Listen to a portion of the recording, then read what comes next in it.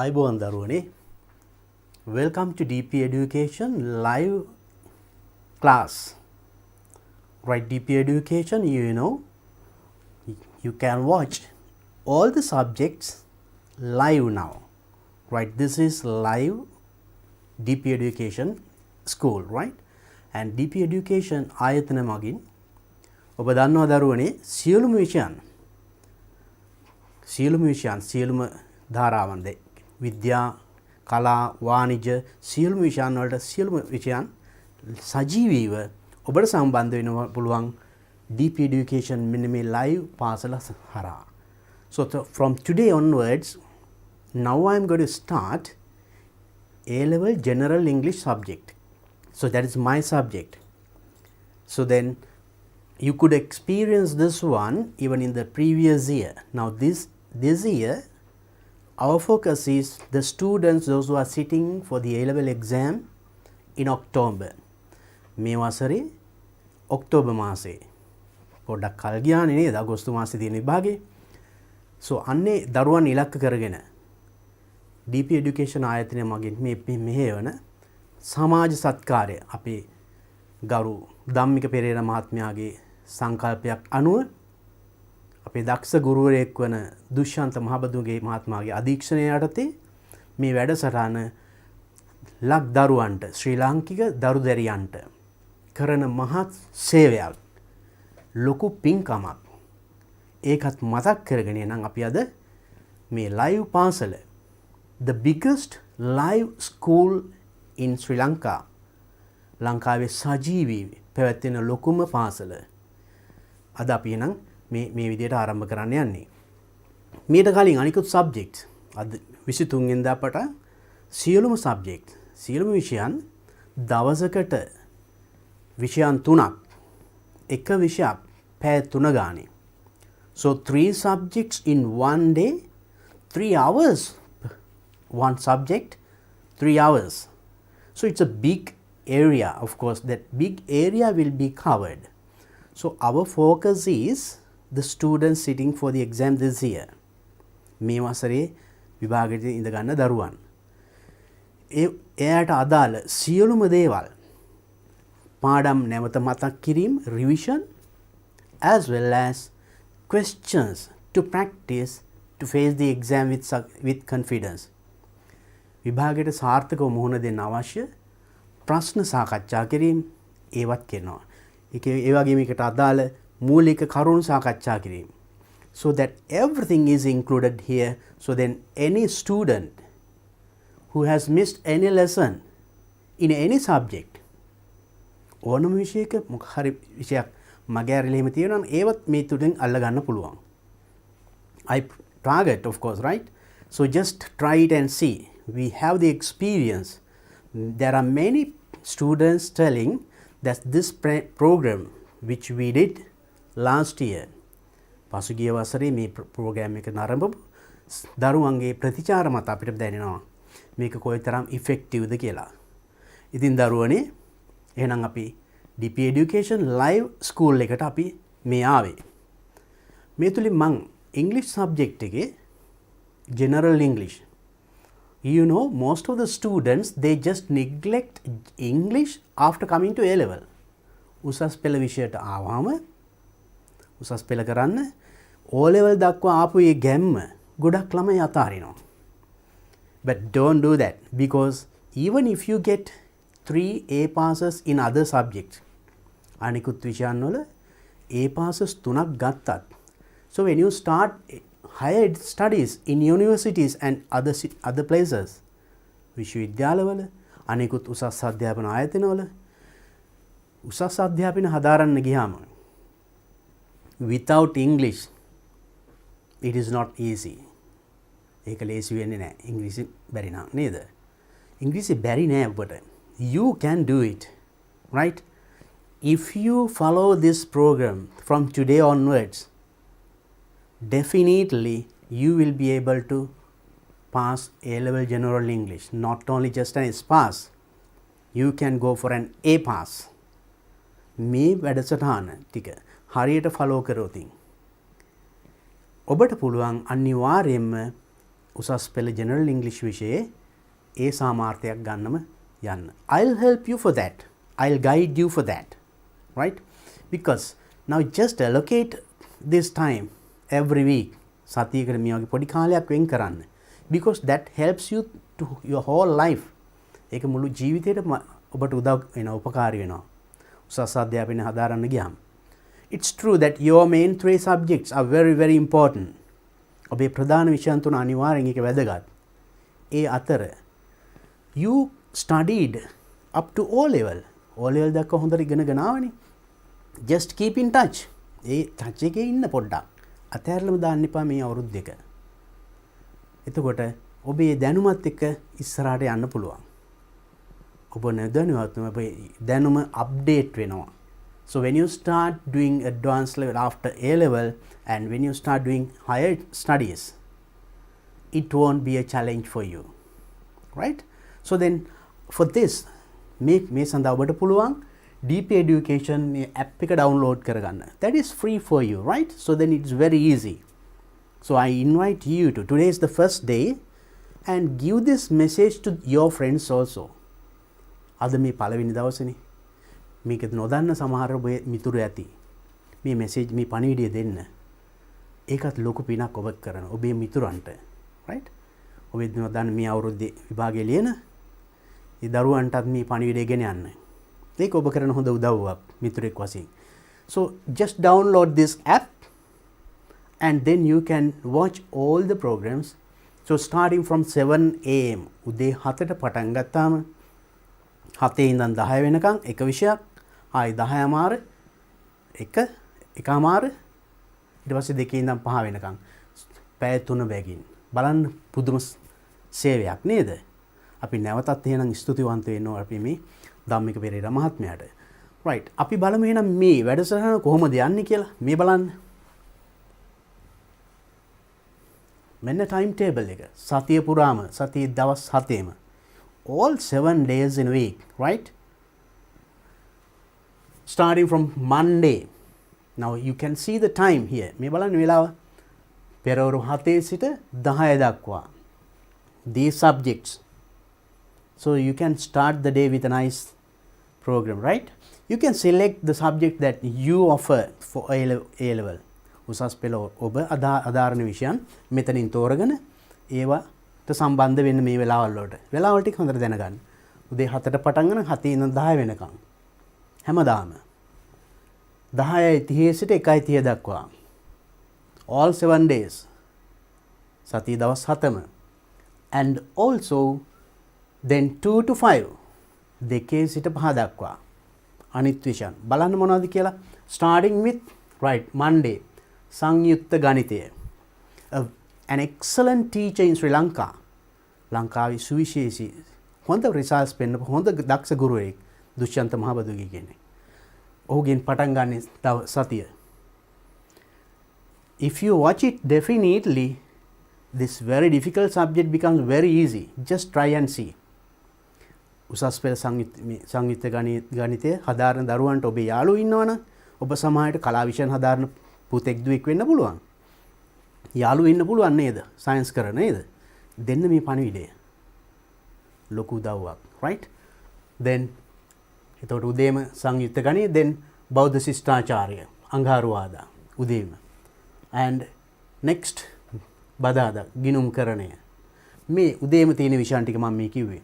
ගිණුම් කරණයේ ඉතිහාසය, දේශපාලන විද්‍යාව, තොරතුරු හා sannivedana තාක්ෂණය, රසායන විද්‍යාව. මේ සියලුම විෂයන් වලට පොඩ්ඩක් බලන්න ලංකාවේ දක්ෂම ගුරුවරු තෝරගෙන මේ වැඩේ කරන්නේ. ඒ කියන්නේ අපේ දරු දැරියන්ට හොඳම දේ දීම තමයි ධම්මික පෙරේරා මහත්මයාගේ අභිලාෂය. එහෙනම් හොඳම දේ දෙන්න හොඳම ගුරුවරු තෝරගෙන මෙන්න මේ කාලසටහනට සතියේ දවස් 7ම මේ කාර්යය කරනවා. මේ සමාජ සත්කාරය, මේ පුණ්‍ය කර්මය. බලන්න ඊළඟට 10:30 සිට So තර්ක ශාස්ත්‍රය, sannivedana හා මාධ්‍ය අධ්‍යයනය, සිංහල, කෘෂිකර්ම විද්‍යාව, භූගෝල විද්‍යාව, භෞතික විද්‍යාව, සාමාන්‍ය ඉංග්‍රීසි, that's my subject. General English. General English කියන්නේ සියලු දෙනාට අදාළ maybe that you are doing science, commerce, maths, any subject. or technical subject තාක්ෂණ විෂයන් හදාරන පුතෙක් දුවෙක් වෙන්න පුළුවන්. ඔබ සෑම දිනාටම තියෙන විෂයක් තමයි මේ සාමාන්‍ය ඉංග්‍රීසි. Because without English no future. ඉංග්‍රීසි නැතුව අනාගතයක් හොඳ අනාගතයක් බලාපොරොත්තු වෙන අමාරුයි. It is not that we are telling that we have to forget Sinhala and start learning English. No, we have to respect our language, mother tongue. මව් භාෂාවට අපි ගරු කරන්න ඕනේ. ඒක number 1. English we learn to go with the world. අපි මේ ඉංග්‍රීසි ඉගෙන ගන්නේ අපි ලෝකයේත් සමග ඉදිරියට යන්න. නැත්නම් අපි හුදකලා වෙනවා, තනි වෙනවා, පස්සට වැටෙනවා නේද? So don't let it happen to you.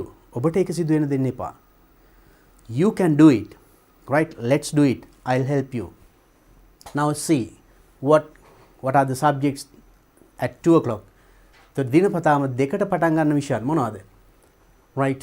ව්‍යාපාර අධ්‍යයනය, තාක්ෂණ වේදය සඳහා විද්‍යාව, ජෛවපද්ධති තාක්ෂණ වේදය, ඉංජිනේරු තාක්ෂණ වේදය, ආර්ථික විද්‍යාව, ජීව විද්‍යාව. Right. So then now today, Sunday, right, you started with this subject, රසායන විද්‍යාව. Right. ඔබ උදේ පටන් ගත්ත මේ විෂයෙන්.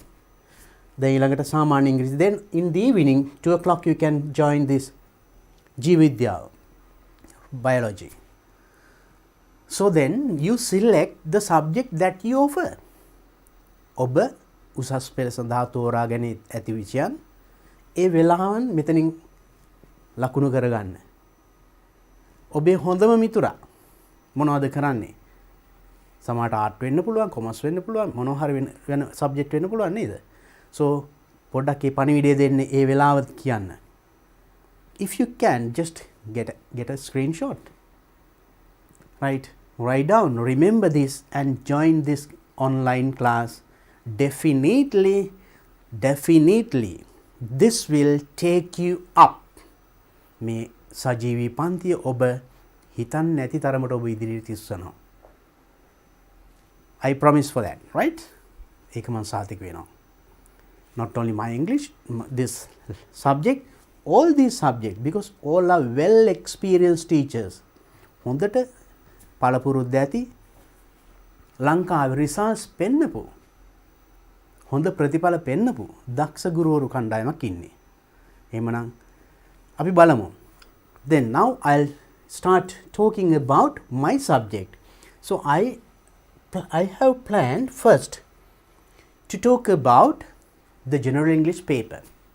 එහෙනම් අපි මොනවද මේ ඔන්ලයින් පාසල හරහා ඉගෙන ගන්න කියන පිළිබඳ පොඩි දැනීමක් එහෙනම් general English, today is the first day that I'm going to start with you, right?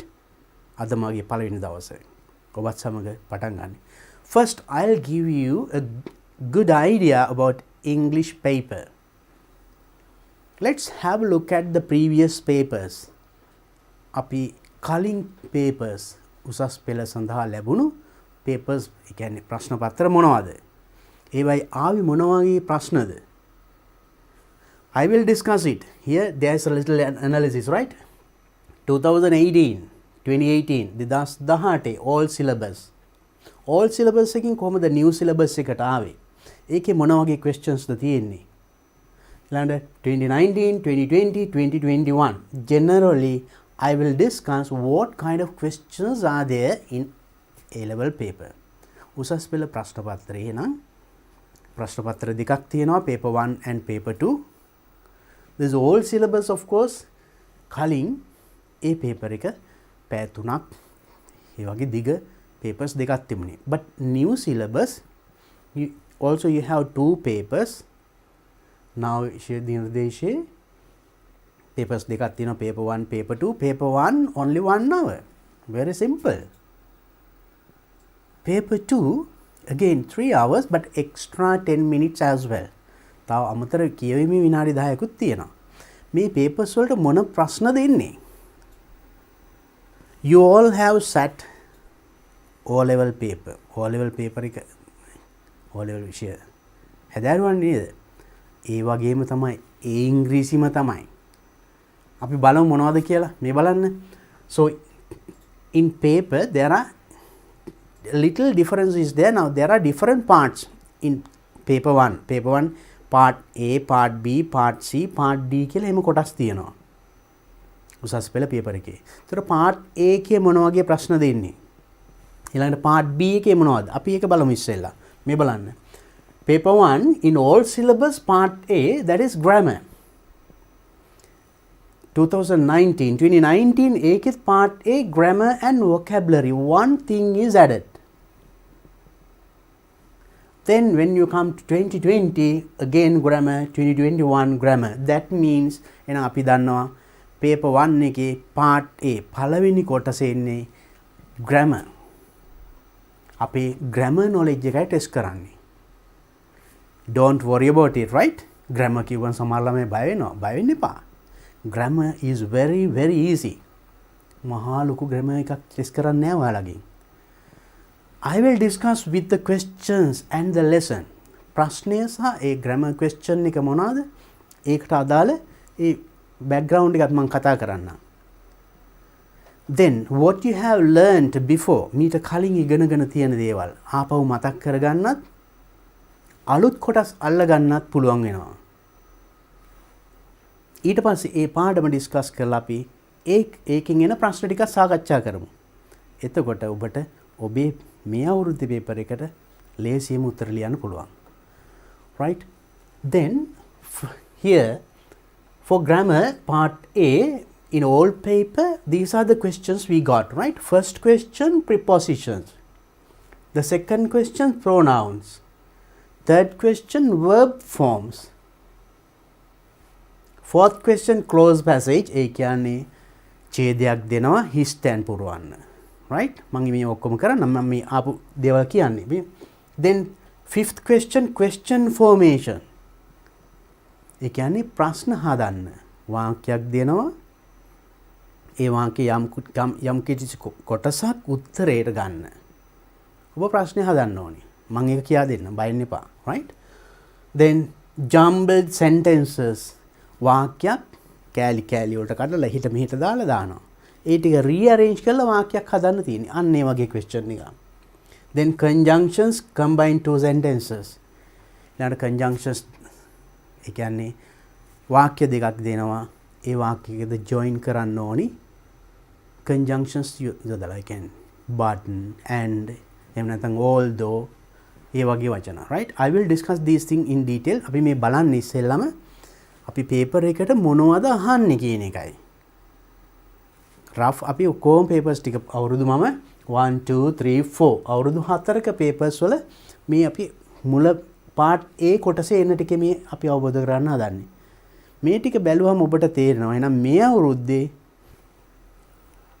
2022 question paper 1, right? part A වලට මොනවද දෙන්නේ කියලා ලේසියෙන් ඔබට ඉස්සෙල්ලාම අඳුර ගන්න පුළුවන්. ඒ අනුව ඔබට ඒකට සූදානම් වෙන්න පුළුවන්. ඒ all syllabus එකේ බලමු new syllabus 2019 part A grammar and vocabulary, right? ඒකේ පොඩි කොටසක් එකතු වෙලා තියෙනවා. ඊළඟට බෑ මේකේ නෑ. ඒකත් අමාරු නෑ. මේ බලන්න ඒකේ prepositions. මේකෙත් first question එක prepositions. මේකෙත් prepositions. ඒ කියන්නේ මොනවද? ලේසිම දෙයක්. on, in, at ඒ වගේ පුංචි වචන ඒව දාලා හිස්තැන් පුරවන්න. හරිම ලේසි ප්‍රශ්නයක්. මම කියා දෙන්නම් ඒක. Second one, verb forms. Verb means, you know, ක්‍රියාපදයක් ගත්තාම ඒකේ විවිධ ස්වරූප තියෙනවා. ඒකේ past tense තියෙනවා, past participle, ing form නේද? future tense එක නේද? දැන් අපි සරලව ඒක ක්‍රියාපදයක් ගත්තොත් eat කිව්වම eaten, ate, eaten, eats, eating ඒ වගේ තියෙන අන්න ඒවා. ඒ දැනුම බලන්න. tenses ඒ වගේ question එකක්. එතකොට බලන්න මේකේ තුන්වෙනි question එකට verb forms ඇවිල්ලා තියෙනවා. මේකෙත් එහෙමයි. 2019. Then next one, close passage once again just like this. මේ වගේම close passage එකක්. ඒ කියන්නේ ඡේදයක් දෙනවා වචන තනින් අයින් කරලා හිස් තැන් පුරවන්න තියෙන්නේ. Next one again close sentences. sentence එක හිස් තැන් පුරවන්න තියෙන්නේ. And correct word ending. That is vocabulary, right? මේකේ තිබුණා that is question paper 2019 correct word ending. ඒ කියන්නේ අපි වචනයක් ගත්තාම ඒ වචනේ අගට අකුරක් දෙකක් තුනක් එකතු කරලා ඒවට අපි කියනවා suffixes කියලා. I'll discuss them in detail. මම මේ පොඩි හැඳින්වීමක් කරන්නේ. ඒ වගේ එකතු කරලා word class එක change කරන්න පුළුවන්. noun එකක් සමහරට verb වෙනවා, verb එක adjective වෙනවා, adjective adverb වෙනවා, right? අන්නේ දැනුම ටෙස්ට් කරන question එකක් තිබුණා මේකේ. අපි බලමු එහෙනම් 2020 වල මොනවද ඇවිල්ලා තියෙන්නේ කියලා. Part A, that is grammar once again, that is also the first question prepositions. Then in all 3 years බලන්න අවුරුදු තුනේ මේ first question prepositions. පළවෙනි question එක prepositions. ඔය on, in, at, under ඒ වගේ වචන. ඒ වගේ වචන පාවිච්චි කරලා හිස් තැන් පුරවන්න තියෙන්නේ. It's very easy. Second question verb forms and we discussed it here. මේකෙත් තිබුණා නේද මේ? 2019 වලත් තිබුණා, 2018 and 2020 verb forms which I told you now, right? And next one once again close passage, right? ඡේදක හිස් තැන් පුරවන්න and close sentence same here. වාක්‍යක වචන අයින් කරලා එතන හිස් තැන් පුරවන්න. And correct word ending once again I told you now using prefixes, suffixes. That knowledge is very very important, right? Once again the same question appeared in 2020 as well. Now let's go to 2021. ඒ කියන්නේ ගිය අවුරුදු paper එක නේද? මේ අවුරුද්දේ ළමයි ලිව්වේ නේද මුල? මොනවද ඒකේ first part A, that is grammar. ඒකේ first question එක prepositions. එහෙනම් now when you look at this, all the first questions in 2018, 19, 20, 21, the first question is preposition, preposition, preposition, preposition. Now he can guess what comes in this year. Most probably same thing, preposition. නම් පළවෙනි ප්‍රශ්නෙට ඇවිල්ලා තියෙන්නේ මේ දක්වා prepositions. On, in, at ඒ වගේ වචන දාලා හිස් තැන් පුරවන්න. පුංචි ඡේදයක්. මම කියා දෙන්න ඒක කොහොමද කරන්න කියලා. preposition කියන්නේ මොනවද? ඒවා කොහොමද පාවිච්චි කරන්නේ? I will discuss that with you today. මම අද ඒ ගැන සාකච්ඡා කරන්නම්. රැඳිලා ඉන්න අද දවසේ මේ පැය කීපය. අපි එහෙනම් අද මම කිව්ව මුලින්ම අපි එහෙනම් මේ පේපර් ගැන පොඩි අවබෝධයක් අරගෙන ඉමු. ඒ අවබෝධය අරගෙන අපි එහෙනම් ඊළඟ question එකෙන් question එකට මේ එක පාඩමෙන් පාඩමට අපි ඉස්සරහට යන්. Then there is an order. ඒකට පිළිවෙලක් තියෙනවා නේද? අපිට ඒ අනුව පේපර් එකට ready වෙන්න පුළුවන්. So then follow these lessons, each and every lesson. Then definitely you will be getting ready for your exam, right? And you will go and face your exam with confidence and come out with flying colors.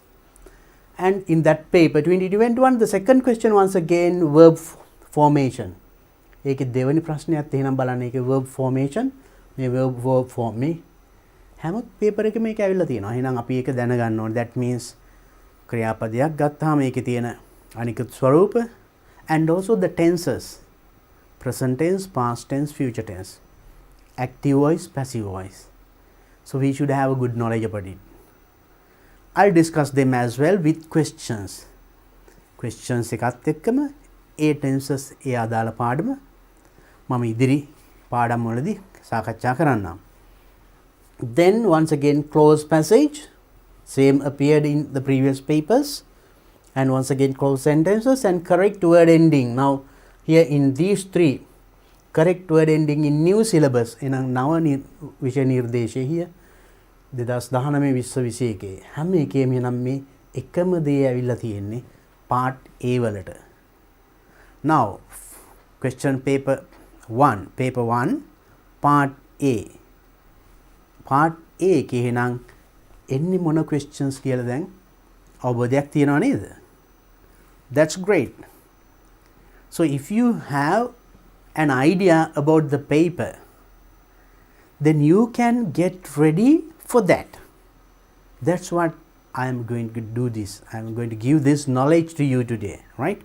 අද මම මේ ආරම්භයේදීම එහෙනම් paper ගැන පොඩි අවබෝධයක් දෙන්නයි මේ කතා කරන්නේ.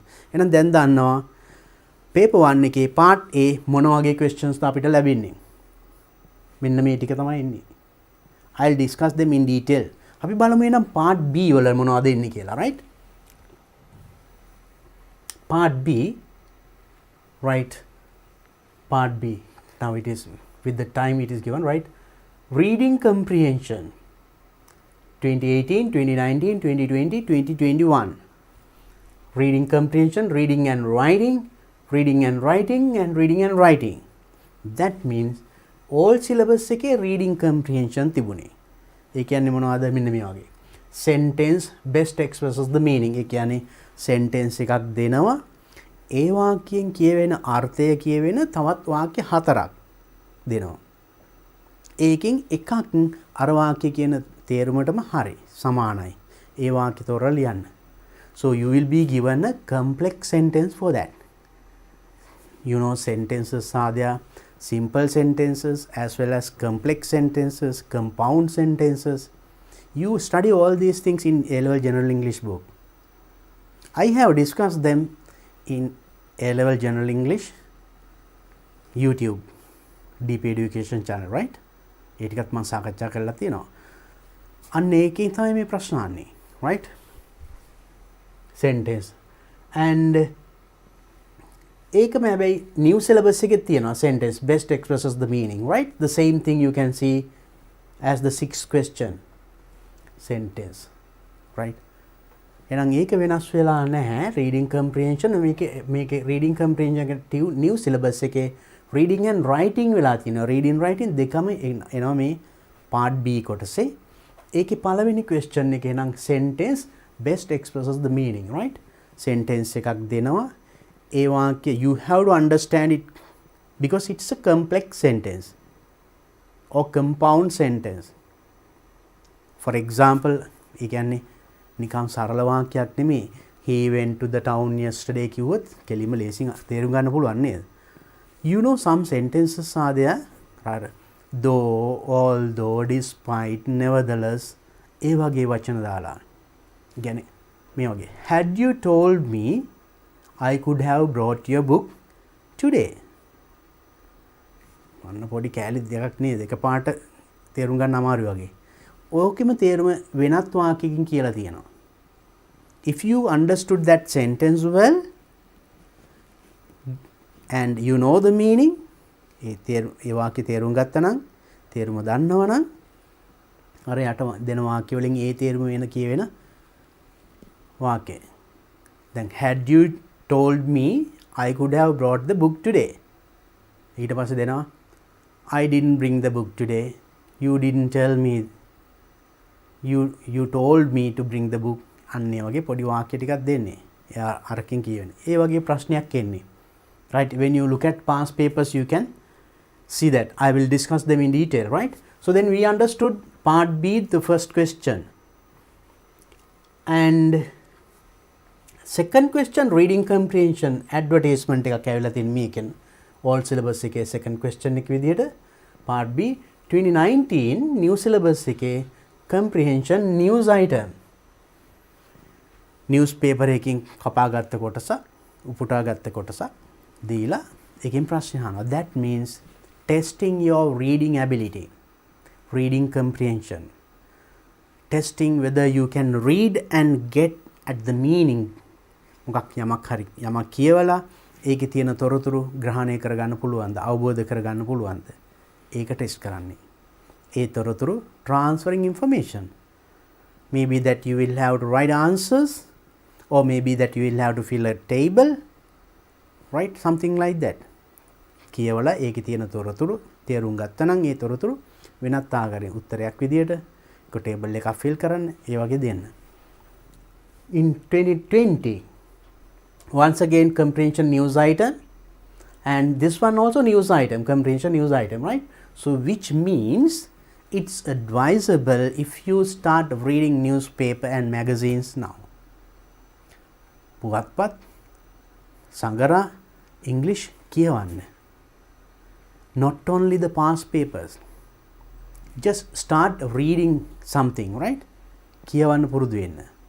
Sometimes maybe what you read today, maybe today's newspaper, you can buy weekend paper or go to the library and read some newspapers. නේද? සතියකට නැත්නම් මාසයකට එක පත්තරයක්වත් ගන්න English paper එකක්.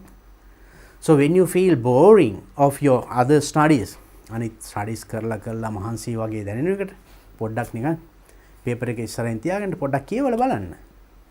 No need of reading the whole everything that appears in the newspaper. First day you may read only the headlines or just have a look at the pictures. ඉස්සෙල්ලා නිකන් පින්තූර ටික බලාගෙන යන්න. Then read the headlines, headings, big letters, ලොකු වකුර එහෙම step by step යන්න. Sometimes that what you read today can appear in your paper, advanced level paper. අද ඔබ කියවන ආටිකල් එක සමහර විට paper එකේ තියෙන්නත් පුළුවන්. ඒ වගේ news items කියන්නේ ඒකයි. පොඩි මොකක් හරි ආටිකල් එකක් අරගෙන ඒකෙන් ප්‍රශ්න අහලා තියෙන්නේ. දැන් මේවෙන් අපිට තේරෙනවා එනම් මොන වගේද paper එකේ එන්නේ කියලා. බලන්න හැම අවුරුද්දෙම මෙහෙම ඒක ඇවිල්ලා තියෙනවා. Next one, write a poem. Poem that is in all syllabus, poem and a passage, right? Once again ඡේදයක් දීලා it can be a passage or a story or a dialogue or a speech මොකක් හරි යන්නේ වගේ දෙයක් දීලා ඒක කියවලා උත්තර ලියන්න තියෙන්නේ. But in this year you see poem එකක් ඇවිල්ලා තියෙන්නේ මේකේ. ඊට පස්සේ මේකේ write then from here now reading and writing 2019 ඉඳන් new syllabus එකේ එතකොට මේ reading and writing දෙකම තියෙනවානේ. එහෙනම් reading වලට ඒ ටික ඇවිල්ලා තියෙන්නේ. writing වලට තියෙනවා මෙන්න මෙතන write a paragraph 100 words in 100 words. Starting sentence is given. Then reading කොටස් අපි දැන් දන්නවා reading වලට මොන වගේ දෙන්නේ කියලා part B වල first paper එකේ reading and writing වලට there is a question for you to write a paragraph. ඡේදයක් ලියන්න තියෙනවා, not a big one, just 100 words. වචන 100කින් and there the first sentence is given. පළවෙනි වාක්‍ය දෙනවා. එතනින් start කරලා you have to continue. Your creativity, creative writing. Write just a paragraph. And the next, this 2020, eketh themai write a paragraph that is also same and here also same. Enam me අවුරුදු තුනේම අලුත් syllabus new syllabus එකේ එනම් part B question එක then part B reading වලට එන ටික අපි දන්නවා writing වලට එන්නේ paragraph එකක් ලියන්න. Now first paper it is very clear to you now. Enam first paper එක පැහැදිලි. We get part A grammar questions. Grammar questions වලට මොනවද එන්නේ කියලා මම කිව්වා. And part B you get now in new syllabus reading and writing. For reading you get very simple questions like this. මෙන්න මේ වගේ පුංචි ප්‍රශ්න ටිකක් එන්නේ. And writing වලට you get one question to write a paragraph in 100 words, right? වචන 100කින් පොඩි ඡේදයක් ලියන්න ඉන්නේ. දැන් පැහැදිලි එහෙනම් මොන වගේ ප්‍රශ්නයක්ද මොන වගේ ප්‍රශ්නද අපිට first paper එකට එන්නේ. අපි බලමු ඊළඟ එක. මෙන්න බලන්න. all syllabus එකේ තිබුණා summary writing කියලා, right? But in new syllabus it is not there. Part C it is not there. Summary writing නෑ. lazy නේද? නෑ. ඒකත් practice වෙන්න. That is very good for you, right? Just to improve your knowledge. So then earlier first paper you had 100 marks. Now in new syllabus first paper you get only 60 marks, right? 60 marks. Now all syllabus එකේ first paper එකට 100 marks, second paper එකට 100, then 200, ඊට පස්සේ 200 ඊට පස්සේ දෙකෙන් බෙදලා තමයි final mark ගන්න. මේකේ in new syllabus first paper only 60 marks. එහෙනම් දැන් අපිට හිතා ගන්න පුළුවන් second paper එකට කොච්චර තියනවද නේද? You can get an idea. First paper only 60 marks, very few questions. Few questions in the sense, first part A grammar questions, part B reading and writing. ඔන්න ඔච්චරයි ඉන්නේ first paper එකට. It is clear now, isn't it? අපි එහෙනම් බලමු මේ එකම second paper එකත්. paper එක ගැන අපි අවබෝධයක් අරගෙන පාඩම් වලට යමු. පාඩම් ඒ වගේම ප්‍රශ්න. Let's get a good idea about the paper and types of questions that we get, and then we'll discuss them in detail. Now let's go to this. This is the second paper. ඔන්න දෙවෙනි ප්‍රශ්න පත්‍රය.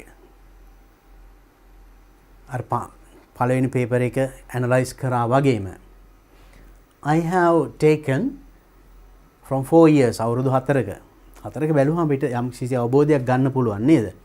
That is what you have to do, right? In other subjects also you do it, නා? පසුගිය ප්‍රශ්න පත්‍ර බලලා අපි guess කරනවා නේද? මොන වගේ ප්‍රශ්නද එන්නේ? බලන්න මේකෙත් තියෙනවා part A B C D කියලා 4 parts, just like in part paper 1 වල වගේ paper 2 එකෙත් part A B C D කියලා කොටස් තියෙනවා.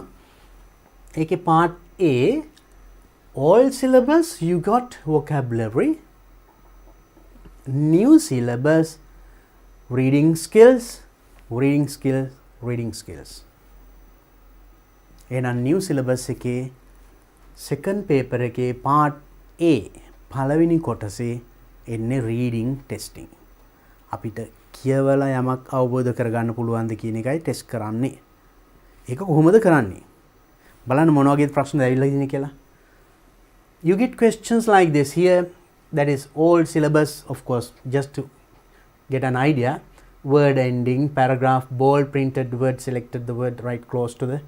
කියන්නේ ඡේදයක් තියෙනවා. ඡේදයේ සමහර වචන selected ඒක bold තද කළු අකුරෙන් දීලා ඒ වචනේට ආසන්නම තේරුම. That is what we call contextual meaning. When you take a word, වචනයක් ගත්තාම ඒ වචනෙට විවිධ තේරුම් තියෙනවා. එක තේරුමක් නෙමෙයි. I'll tell you one example. දැන් බලන්න. We'll take one simple word, rice. I ate rice in the morning. What does it mean, rice? එතන rice කිව්වේ මොනවද? I ate rice and curry in the morning. The rice කිව්වේ බත්. ඒ වාක්‍ය නේද? මම මෙහෙම කිව්වොත් I went to the town and bought 2 kilos of rice. තේරුම මොකද්ද? ඊට පස්සේ ඒ වචනේ දීලා සමාන වචන කීපයක් දෙනවා. ඒ වචනෙට closest meaning එක. යටින් ඉරක් අඳින්න තියෙන්නේ. අන්න එහෙම question එක. ඒකේ නම් මේ බලන්න 2019, 2020, 2021 හැම paper එකකම ඇවිල්ලා තියෙනවා. මේකෙත් first question එකයි. මේකෙත් ඒකයි. Now you understood, then second paper first question එක මොකක්ද කියලා දැන් දන්නවා. So to get ready for this, what should you do? You should read and collect more and more words. කියවලා අලුත් වචන පුළුවන් තරම් එකතු කරගන්න. And find the meaning, right? So then that is tested in this part. As the second question, comprehension paragraph, අන්න මේකේ බලන්න second question එකට ඇවිල්ලා තියෙන මේ papers තුනේම new syllabus 2019 2021 මේ අවුරුදු තුනේම එතකොට paragraph එකක් දීලා තියෙනවා. comprehension ඡේදයක් දෙනවා. ඒ ඡේදය කියවලා ප්‍රශ්න ටිකක් දෙනවා. හරිම ලේසියි. ඒක true false දාන්න. පොඩි ප්‍රශ්නයකට උත්තර ලියන්න නේද? ඒ වගේ ඒවා ඉන්නේ. Then you can see part 2 poem, third question poem. එහෙනම් new syllabus එකේ මේ අවුරුදු තුනේම poems ඇවිල්ලා තියෙනවා.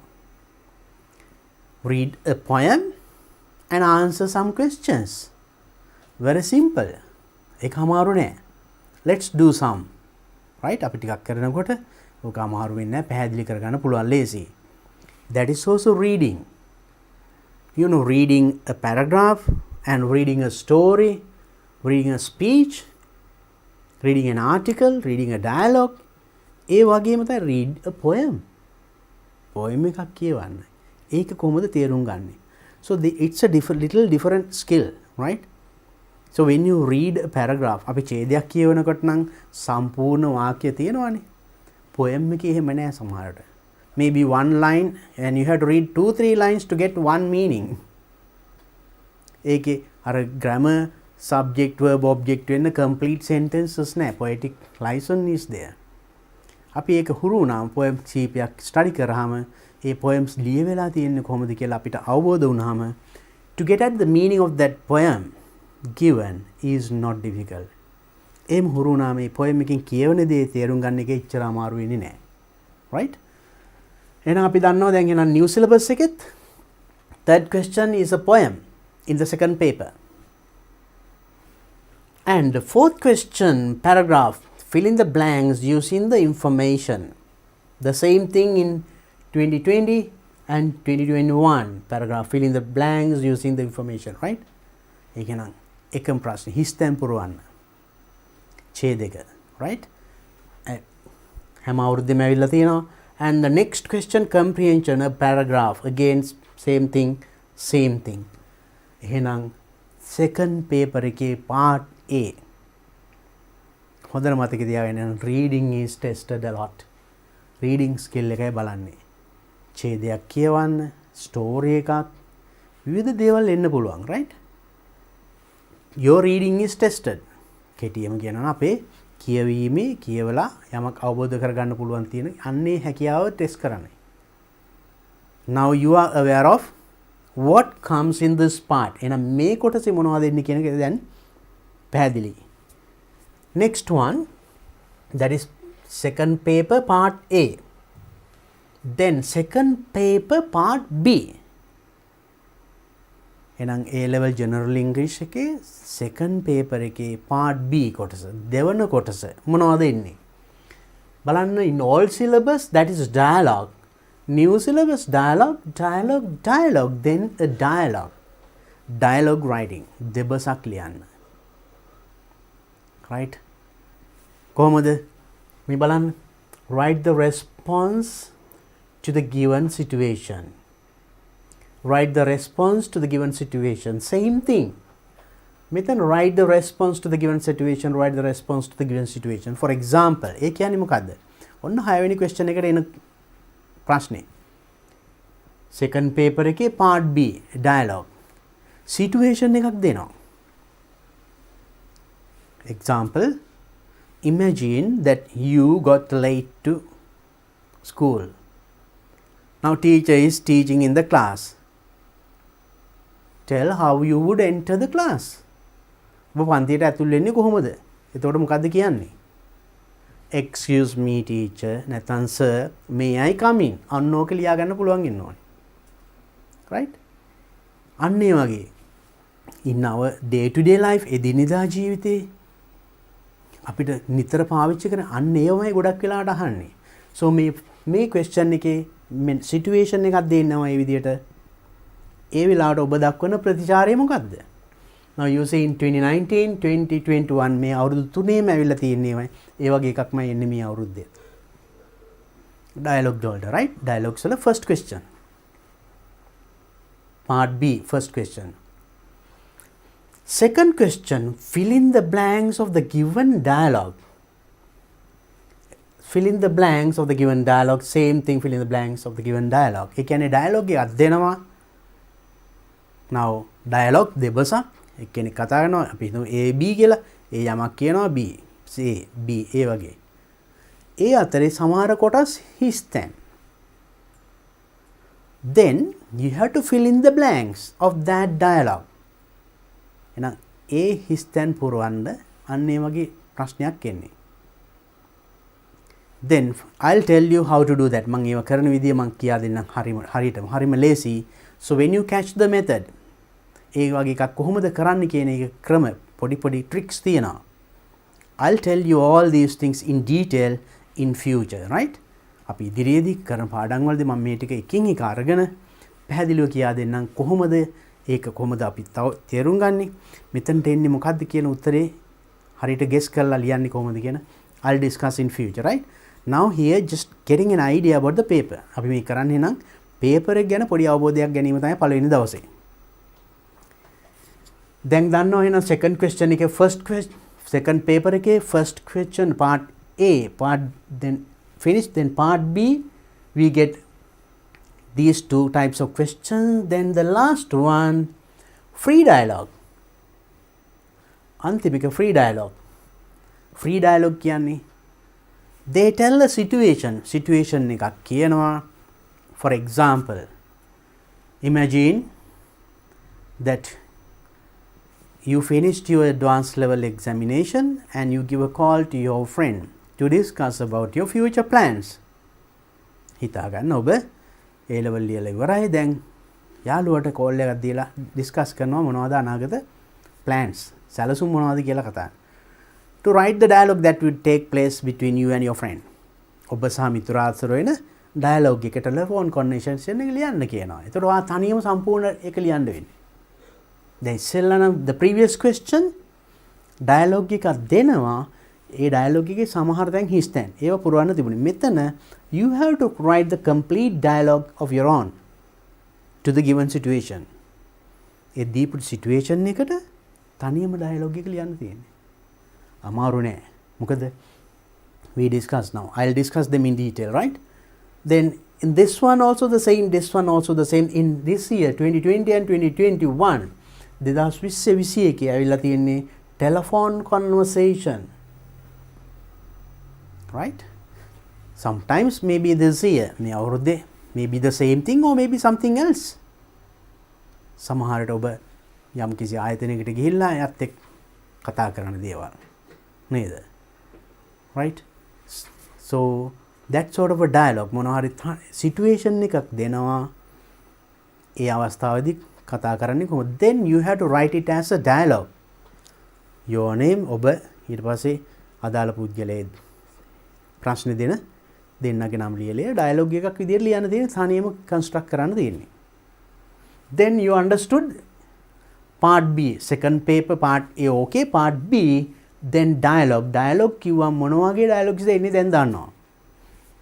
ඉස්සෙල්ලාම දෙනවා situation එකක් දීලා ඒ වෙලාවේදී ඔයා මොනවද දෙන respond එක ලියන්න. ඊළඟට fill in the blanks of a dialogue එකේ හිස් තැන් පුරවන්න. Then to write a dialogue alone, තනියම dialogue එකක් ලියන්න දෙන situation එකට. ලේසි නේද? දැන් එහෙනම් පැහැදිලි නම් second paper එකේ part B වලට මොන වගේ questions දෙන්නේ. අපි බලමු ඊළඟ කොටස් ටිකක්. Second paper part C.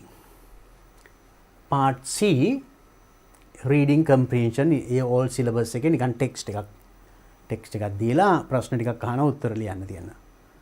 2019 new syllabus එකේ writing skills. එහෙනම් මේ කලින් එක දැන් බලන්න 2019 2021 writing skills එහෙනම් මේ අවුරුද්දේ writings දැන් new syllabus එකේ නම් second paper එකේ part C වලට test කරන්නේ ඔබේ writing skill එක. ලිවීමේ හැකියාව. ඒ කියන්නේ මොනවද? මොන වගේ ප්‍රශ්න දෙන්නේ? මේ බලන්න. Write sentence using the given word. Write sentence using the given word. Here the same thing. Write sentence using the given word. වචන I told you earlier 10 words are given. වචන 10ක් දෙනවා. 10න් 5ක් තෝරගෙන ඒ 5 පාවිච්චි කළා වාක්‍ය 5ක් ලියන්න තියෙන්නේ. So that means they give nouns, verbs, adjectives, adverbs මේ හැම જાතියකින්ම දෙනවා. You can't change the word class. ඒගොල්ලෝ දුන්නේ adjective එකක් නම් you have to use the same thing in a sentence that you write, right? ඔබ ලියන වාක්‍යයත් ඒක adjective එකක් විදියට appear වෙන්න ඕනේ. Right? ඒක වෙනස් කරලා ලියන්න බෑ. I will discuss them in detail when we discuss the papers. අපි paper සාකච්ඡා කරනකොට මම ඒවා විස්තර කියා දෙන්නම් කොහොමද කරන්න කියන එක. අපි දැන් මේ අවබෝධයක් ලබා ගන්න විතරයි. question මොන වගේ ඒවාද එන්නේ කියන එක.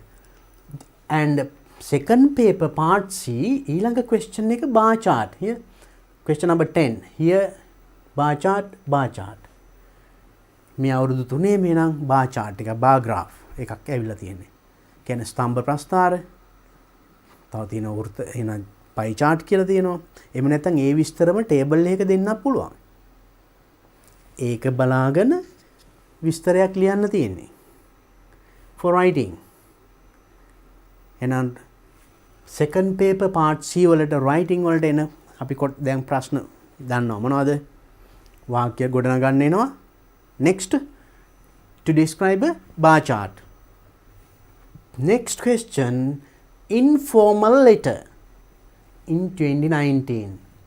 You know when we take letter writing ගත්තාම formal letters and informal letters තියෙනවා නේද? personal පෞද්ගලික ලිපි and official රාජකාරී ලිපි. So in 2019 informal letter එකක් ඇවිල්ලා තියෙනවා. පෞද්ගලික ලිපියක්. write a letter to your pen friend ඒ වගේ දෙයක්. මේකේ notice, write a notice එකක් ලියන්න. maybe to a function that you have in your school. ඔබේ පාසලේ තියෙන මොකක් හරි උත්සවයක් ගැන අනිත් අයට දැනුම් දෙන්න notice එකක්. to write a notice then you should have that knowledge. එහෙනම් අන්නේ දැනුම තියෙන්න ඕනේ. and next one here last year මේ අවුරුද්දේ එතකොට මීට කලින් අවුරුද්දේ email එකක් ලියන්න තියෙන්නේ. now that is the easiest latest method isn't it? ඒ කියන්නේ මේ form informal letter එකක් ලිව්වෙත් අපි ඉස්සරන යාළුවට ලියුමක් නේ ලියන්නේ. දැන් යාළුවට email එක යවන්නේ same thing. only thing is that email format is a little different නේද? පොඩ්ඩක් එක වෙනස්. අපි when you write a letter you write the address, sender's address and salutation ඒ වගේ ඒවා දිනවනේ. date email එකේ ඒවා එන වෙනස් විදියක නේද? so they give you the format and you have to write an email. and next ඊළඟට බලන්න next question එක formal letter, that is letter of invitation එක in 2019 නම් letter writing බලමු ඊළඟ formal letter invitation once again cover letter. එහෙනම් formal informal letters දෙකම ඇවිල්ලා තියෙනවා මේ අවුරුදු තුනේම. then get ready for both for this year paper also. එහෙනම් මේ අවුරුද්දේ paper එකත් මේවා ටෙස්ට් කරනවා. formal letters and informal letters.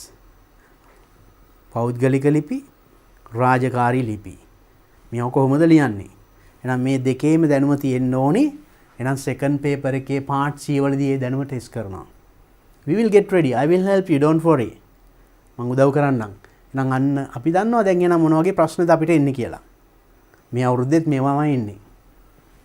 next one essay 2019 this one complete the story and essay. එතකොට මේ අවුරුද්ද දෙකේම essay එකක් ලියන්න තියෙනවා. මේ කියලා තියෙන complete the story.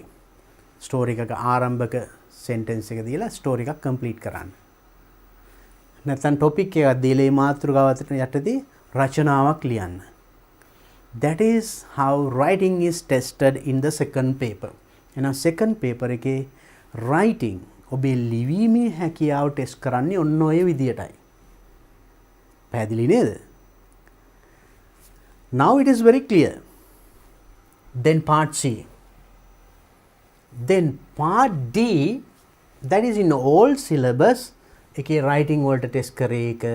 then new syllabus part D කියලා කොටසක් නැහැ. ලේසි එහෙනම් නේද? එහෙනම් මේ බලන්න part C වලින් අවසන්. part D තිබුණේ old syllabus new syllabus එකේ නෑ. and now part paper 2 140 marks. මොකද අපි දන්නවා first paper එකට ලකුණු 60යි තිබුණේ.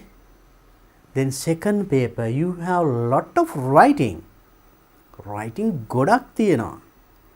කාලයත් ඒ වගේම හම්බ වෙනවානේ. right 3 hours. තව අමතර කියවන්න විනාඩි 10කුත් දෙනවා. Then now it is very clear what kind of questions are there in these two papers, A-level General English for paper 1 and paper 2. මේ papers දෙක මොනවද? ඒ දෙකේ මොන වගේ ප්‍රශ්නද එන්නේ? මේ දක්වා මොනවද ඇවිල්ලා තියෙන්නේ? එහෙනම් ඊළඟ අවුරුද්දේ මොකක්ද එන්නේ? Now you can guess. අපිට හිතා ගන්න පුළුවන් නේද? Now we will get ready for this. අපි නම් මේකට අපි නම් දැන් සූදානම් වෙමු. It is not difficult. ඒක අමාරු නෑ. Right? I will discuss now. So my plan is this. In these lessons, දැන් ඉදිරියට මම කරන මේ A-level General English මගේ පාඩම් වලදී මගේ සැලසුම මම මේ කිව්වේ එහෙනම්. අපි ඉස්සෙල්ලා වුණ පේපර් එක ගැන අවබෝධයක් ලබා ගත්තා. මොන වගේ ප්‍රශ්නද එන්නේ? මොනවද කොටස්? right? ලකුණු කොහොමද? first paper එකට මේකේ ලකුණු 60යි, second paper එක ලකුණු 140යි 200න්. ඊට පස්සේ දෙකට බෙදලා out of 100 ගන්න. right? So then we are okay now with the papers. paper එක මොනවද? question මොනවද දන්නවා. Now we will take one by one. අපි ඊළඟට දැන් එහෙනම් මේ එකින් එක questions අරගෙන ඒකට අදාළ පාඩමත් එක්ක මම ඊළඟට සාකච්ඡා කරන්නේ. right? Now let's look at the first question that appeared in the first paper. first paper එකේ මොනවද පළවෙනි ප්‍රශ්නයක විදියට ආවේ? දැන් මතකද? මම දැන් ඩිංගකට කලින් කිව්වා.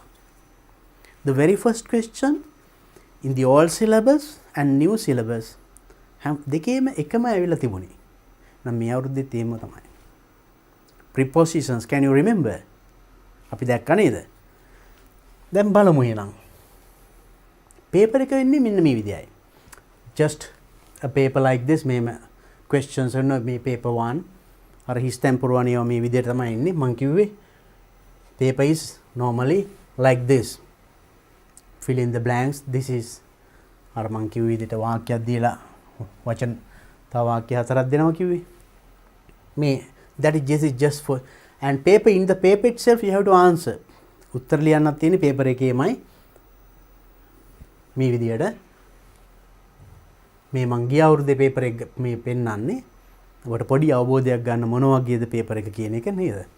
So this is how you get the paper.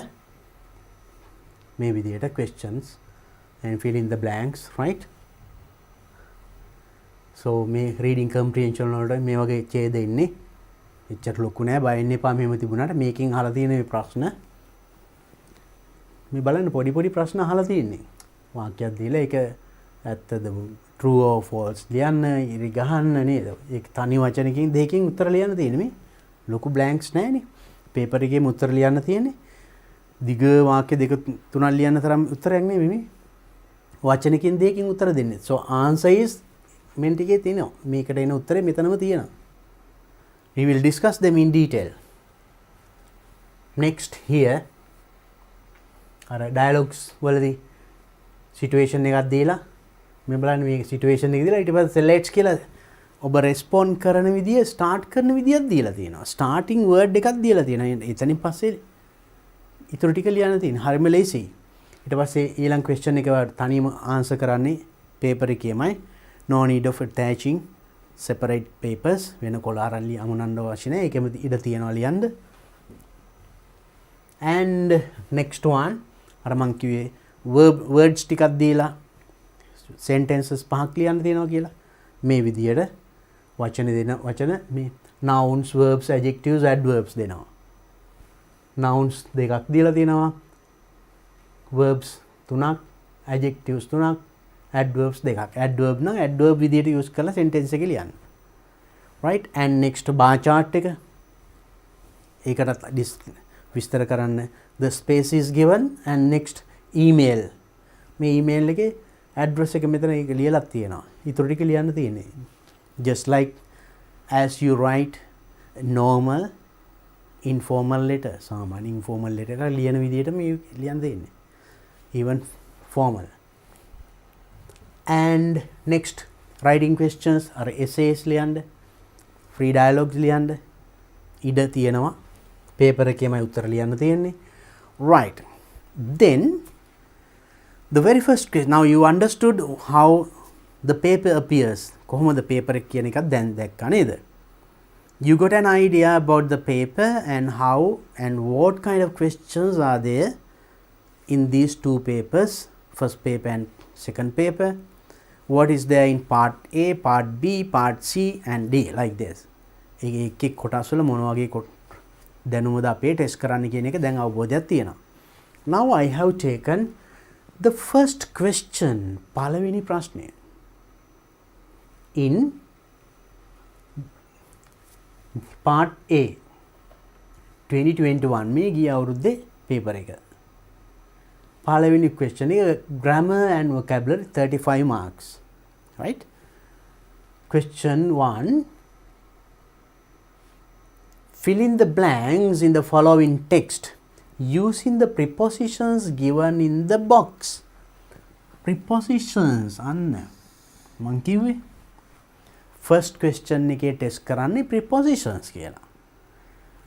Fill in the blanks හිස්තැන් පුරවන්න the following text using the prepositions. මෙන්න මේ prepositions given in the box මේ box එකේ දීලා තියෙන. මේවා පාවිච්චි කරලා හිස්තැන් පුරවන්න. Use each preposition only once. That's a little challenge. Each preposition only once. One preposition you can use only one time. එක වචනයක් එකපාරයි පාවිච්චි කරන්න පුළුවන්. Sometimes you might feel, this word is maybe one word is matching for two places. එක වචනේ හිස්තැන් දෙකකට match වෙනවනේ. අනේ මෙතනටත් හරිනේ කියලා හිතෙනවා පුළුවන්. But if you do like that, definitely you might go wrong. You will go wrong. Or your answer is wrong. එක වචනේ දෙපාරක් use කරොත් උත්තරේ වැරදිනවා එක තැනක. And there is one preposition extra. Blanks ගානට වඩා වැඩිපුර වචනිකුත් දීලා තියෙනවා. That is another challenge.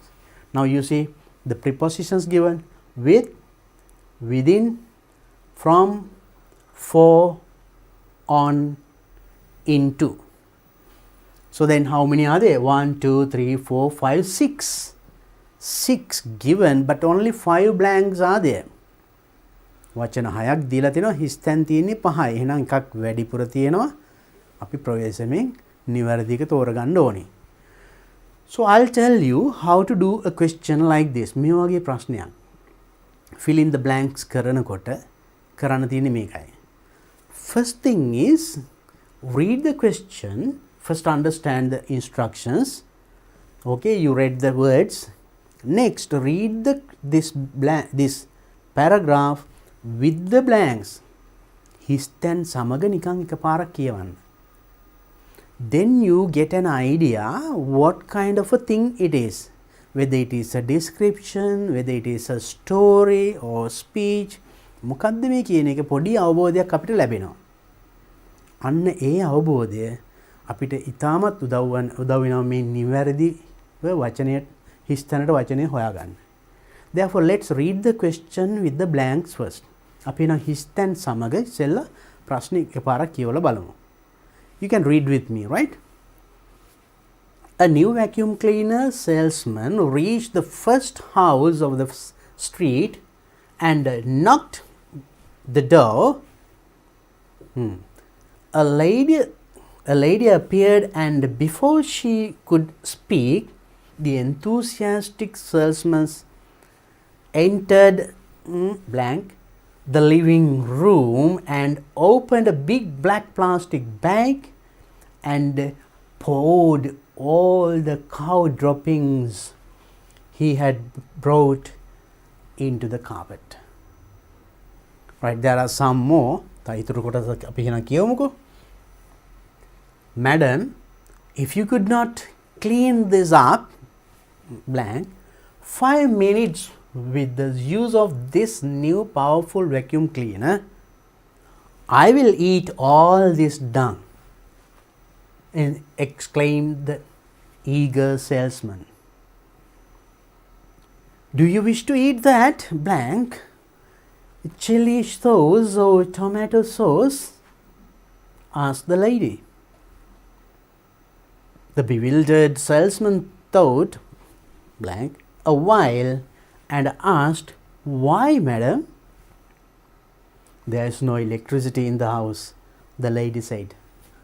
Now when you read like that, අපි එහෙම කියෙව්වම මෙතන මොකද්ද වෙන්නේ කියන එක පොඩි අවබෝධයක් ආව නේද? ලස්සන ෆනි ස්ටෝරි එකක් තියෙන නේද එතන? ලස්සන සිදුවීමක්. hina යන.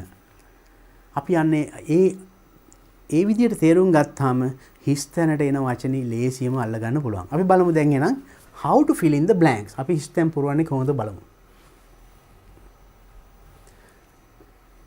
And next, when you try to fill in the blank, don't stop at the blank.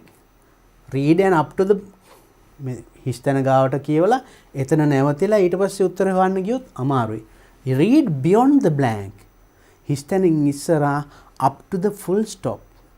නැවතීම ලකුණ. කියන්නේ මුළු වාක්‍යම කියවලා බලන්න. Then you think of the meaning of the sentence. ඒ වාක්‍යෙම මොකද්ද මේ කියවන්නේ? Not only the questions like this, and ඉදිරියේ දින ප්‍රශ්න අර verb forms ඒවත් මේ මෙහෙමයි කරන්න ඕනේ. හිස් තැන ගාව නවතින්නේ නැතුව හිස් තැනින් ඉදිරියට කියවගෙන යන්න. ඊට පස්සේ එතනට එන උත්තරේ එතකොට ඒ වාක්‍ය තේරුම් බලලා ඒ අනුව අපිට හිතා ගන්න පුළුවන්. right? Then අපි බලමු. A new vacuum cleaner salesman, you know vacuum cleaner? Salesman කෙනෙක් reached the first house of the street. යම් කිසි වීදියක first out පළවෙනි ගෙදරකට ගියාලු. ඔන්න vacuum cleaner විකුණන මිනිසෙක්. ගිහිල්ලා street and knocked blank the door. ලේසි නේද?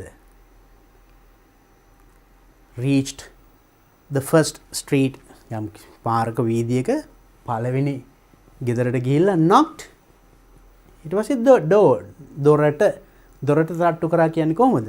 මෙතනින් කියන්නේ knocked with the door කියනවාද? knocked within, from, for, on, into. ලේසියම උත්තරය අහුවෙනව නේද? knocked on the door. දොරට තට්ටු කරා. A lady appeared. තොර lady කෙනෙක් ආවා. And before she could speak, එයා කතා කරන්න කලින් the enthusiastic salesman, මේ enthusiastic උද්‍යෝගිමත්, you know salesmen එහෙමනේ නේද? කතාවට හරි දක්ෂයිනේ. කොහොම හරි අපිට අවශ්‍ය නැති දේත් අපිට විකුණලා යන්න තරම් දක්ෂයි ඒගොල්ලන්ගේ කතාවෙන් නේද? They speak and so before starting the lady speaks, right? lady කතා කරන්න කලින් මෙයා පටන් ගත්තලු කතා කරන්න speak. The enthusiastic salesman entered blank the living room and opened a big black plastic bag and poured all the cow droppings he had brought into the carpet. Then you should understand the sentence. වාක්‍ය තේරුම් ගන්න ඕනේ. එතකොට හිස්තන පුරවන්න පුළුවන්. මොකද වෙලා තියෙන්නේ මෙතකොට entered the before the lady appeared before she could speak. Lady appeared, lady ආවා. එයා කතා කරන්න කලින් මේ enthusiastic salesman entered ඇතුල් වුණා the living room. living room එකට ඇතුල් වෙලා opened a big black plastic bag. ලොකු කළු පාට plastic bag එකක් open විවෘත කළා. And poured all the cow droppings. Cow droppings, you know? Cow droppings. කවුල දාණය මොනවද? ගොම කියන්නේ. ගොම ටිකක් හැලුවලු. Droppings he had brought onto the carpet. carpet එකට ඔන්න living room එකේ carpet එකට හැලුවලු ගොම ටික. එහෙනම් මෙතන මොකක්ද දෙන්නේ? salesman entered ඇතුළට ආව කියලානේ කියවෙන්න ඕනේ. entered මොකක්ද එනං? into the living room. into අන්න බලන්න අපි ගත්ත විදිහේ තේරුම. living room එක ඇතුළට ආව කියලානේ කියන්නේ. into in කිව්වොත් ඇතුලේ. බලන්න ඒවයි තේරුමේ. මෙතන on the door, knock on the door. on අපි දන්නේ තේරුම නම් on කියන්නේ උඩනේ නේද? බලන්න මේ යෙදෙන විදිය. I will discuss them in detail. මම මේක තව ටිකක් විස්තර කරන්නම්. Prepositions ගැන. Now into the living room and he put them all on the carpet. Carpet එක උඩට හැලුවලු ගොම ටිකක් ගෙනල්ලා. Nice thing, no? බලන්න funny stories එන්නේ. So while answering the question you can enjoy. Enjoy කරන්න පුළුවන් නේද උත්තර ලියන ගමන. Next. Madam, if I could not clean up blank 5 minutes with the use of this new powerful vacuum cleaner. If I could not clean up මට මේ ටික clean කරන්න බැරි වුණොත් 5 minutes විනාඩි 5කින් මේ new vacuum cleaner මෙන්න මේ අලුත් vacuum cleaner එකෙන් මට මේ ටික විනාඩි 5කින් සුද්ධ කරන්න බැරි වුණොත් I will eat all this dung. මම මේ ඔක්කොම කනවා. මෙයාගේ challenge එක බලන්න. කොහොමද customers ලා අල්ලගන්නේ නේද? salesman ලාගේ.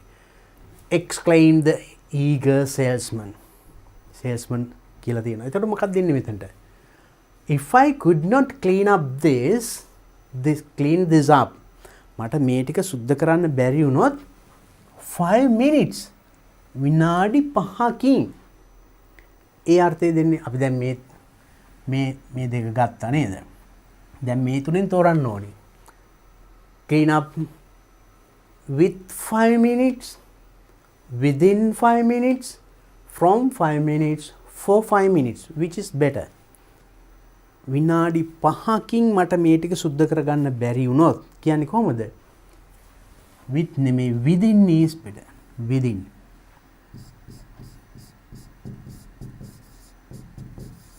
Within 5 minutes විනාඩි 5කින් මට මේක සුද්ධ කරන්න බැරි වුණොත් මේ vacuum cleaner එකෙන් මම මේ ටික ඔක්කොම කනවා.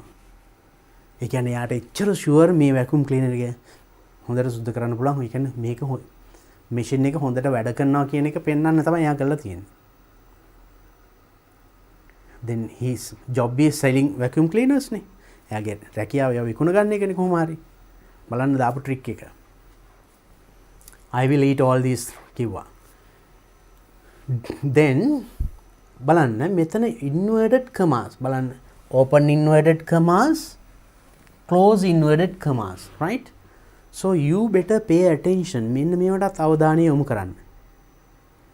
හිස් තැන් පුරවනකොට මේකේ මෙතන මේ කියලා තියෙන්නේ කෙනෙක් කියපු වචන ඒ විදියටම අරගෙන මේ කතාවේ කියවෙන අතරේ යම් කෙනෙක් කියපු ටික inverted commas මේකෙත් එහෙමනේ.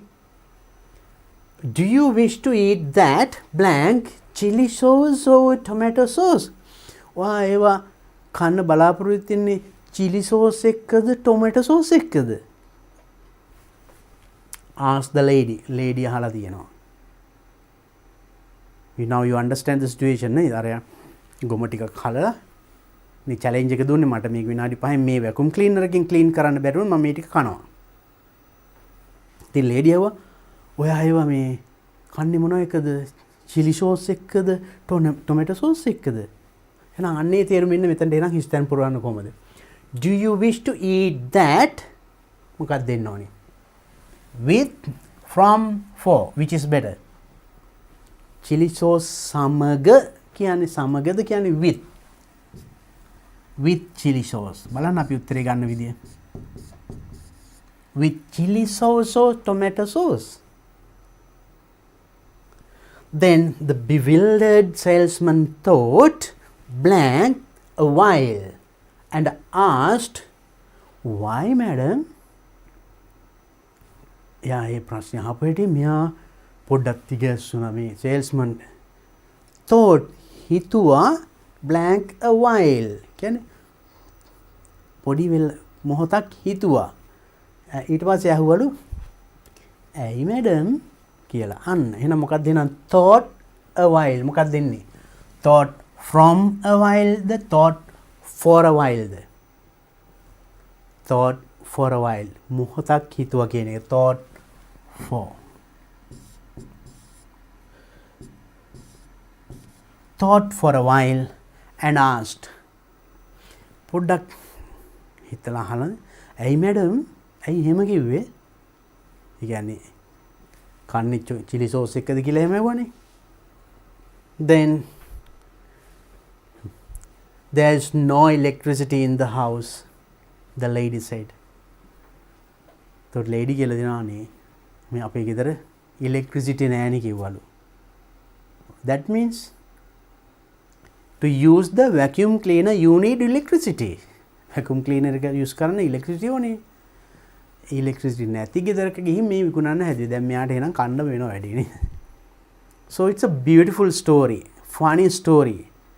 And while enjoying, and now you could fill in the blanks. ඉස්තැන් ටික අපි පිරෙවුවා. දැන් බලන්න කොච්චර පහසුද කියලා. So that is how these questions come. මේ ප්‍රශ්න එන්නේ ඔන්න ඔය විදියයි. In these questions, then may within from for on, we call them prepositions. අපි කිව්වේ first question එකේ prepositions කියලා එන්නේ. Now you should have a good understanding about prepositions. Prepositions කියන්නේ මොනවද කියලා අපි එහෙනම් දැනගත්තොත්. How to use them. Now for example here on. I'll show you it. මෙහෙම පෙන්නන්නම්. දැන් බලන්න. So when you take the word on, it is just, it has direct meaning. I'll show you one example. Now this is a circle. Now where is the pen? We can say on. On pen. එතන on උඩ. ඒතර උඩ කියන තේරුම එතන එන්නේ. Now on the table, on the head, on the chair, right? එතන උඩ. But in that blank අතන හිස් තැන පුරේ ඒ උඩ කියන තේරුමද? So this word has different meanings. Now if it is here, we call it in. ඇතුලේ. Direct meaning is there. කෙලින්ම වචනේ තේරුම තියෙනවා. Preposition means that, right? Prepositions have different uses, right? විවිධ විදිහට එක එක විදිහට පාවිච්චි කරනවා. To get a good knowledge about preposition, what you have to do is, ඔබ කල යුත්තේ මොකක්ද දන්නවද? When you listen to the others, when you read books, papers, pay attention how they have used these prepositions. කොහොමද ඒගොල්ලෝ මේ prepositions පාවිච්චි කරලා තියෙන්නේ කියන එක බලන්න.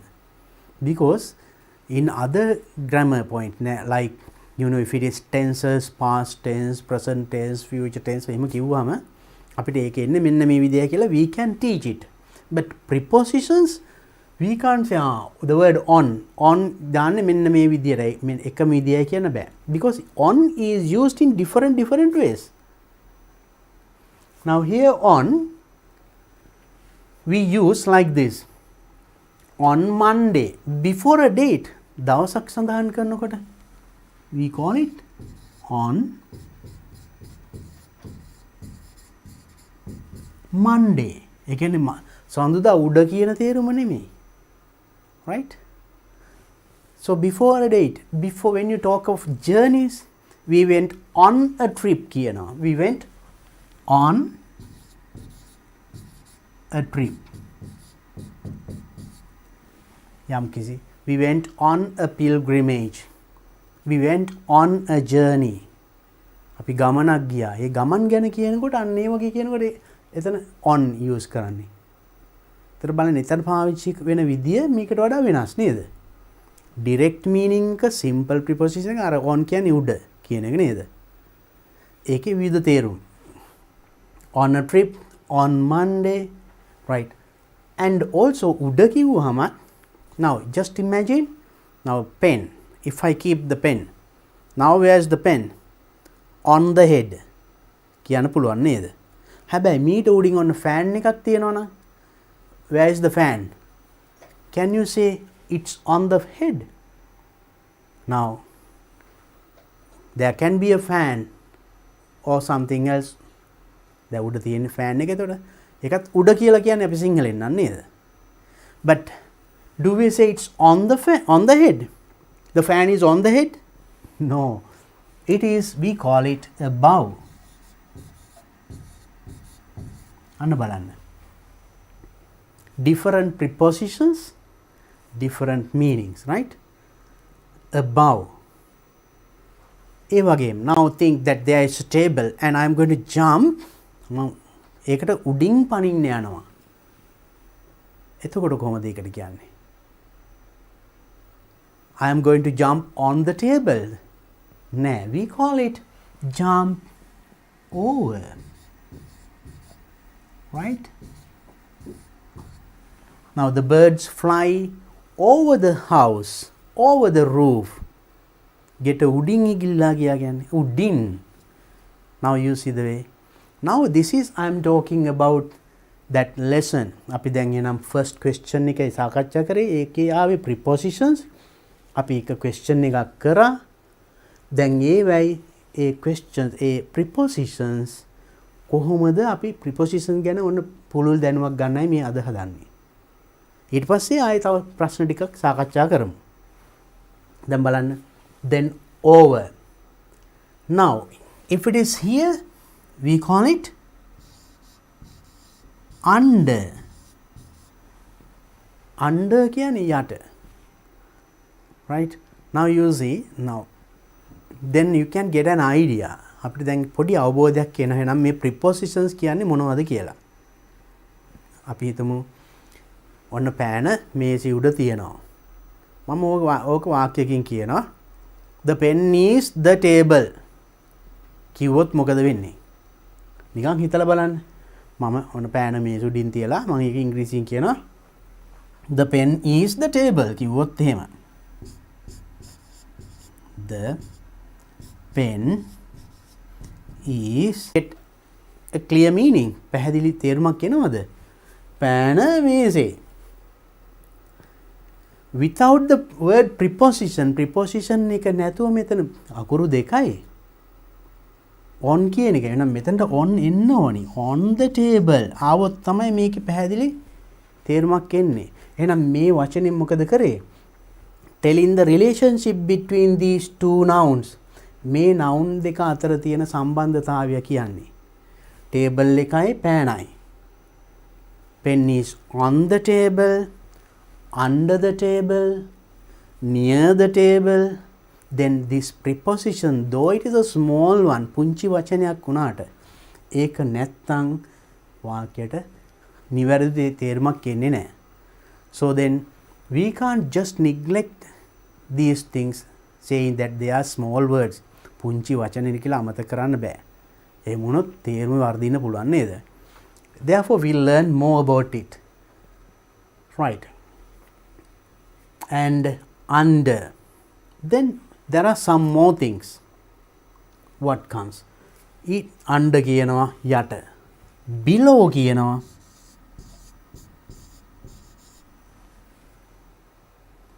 beneath කියනවා. Right? So all these give the same meaning. යට කියන්න. Right? So likewise these prepositions, right? And then if you write this is a big circle, මේ ලොකු රවුම in on. මේක ඇතුළට නම් we call it into. Alright. The man came into the living room කියලා කිව්වා නේද question එකේ. Into ඇතුළට. Now the pen. I am putting the pen into the pocket. Now the pen is in the pocket. And ඇතුලේ. Into the pocket. Now I am taking the pen out of. ඒක අපි කියන out of. Out of. Then out. නිකන් පිට කියනවා නම් out. Out of. See the meaning? Now pen, now it is out. I am putting into the pocket. Now it is in. Now I am taking the pen out of the pocket. Action එකක් නේද? And out of. And the prepositions used වෙන විදිය, right? Then make it. මේ ඇතුළ ඇතුළට ඇතුල් පැත්තේ නම් අපි කියන inside කියලා. inside ඇතුල් පැත්තේ. එහෙනම් පිට පැත්තේ outside කියනවා.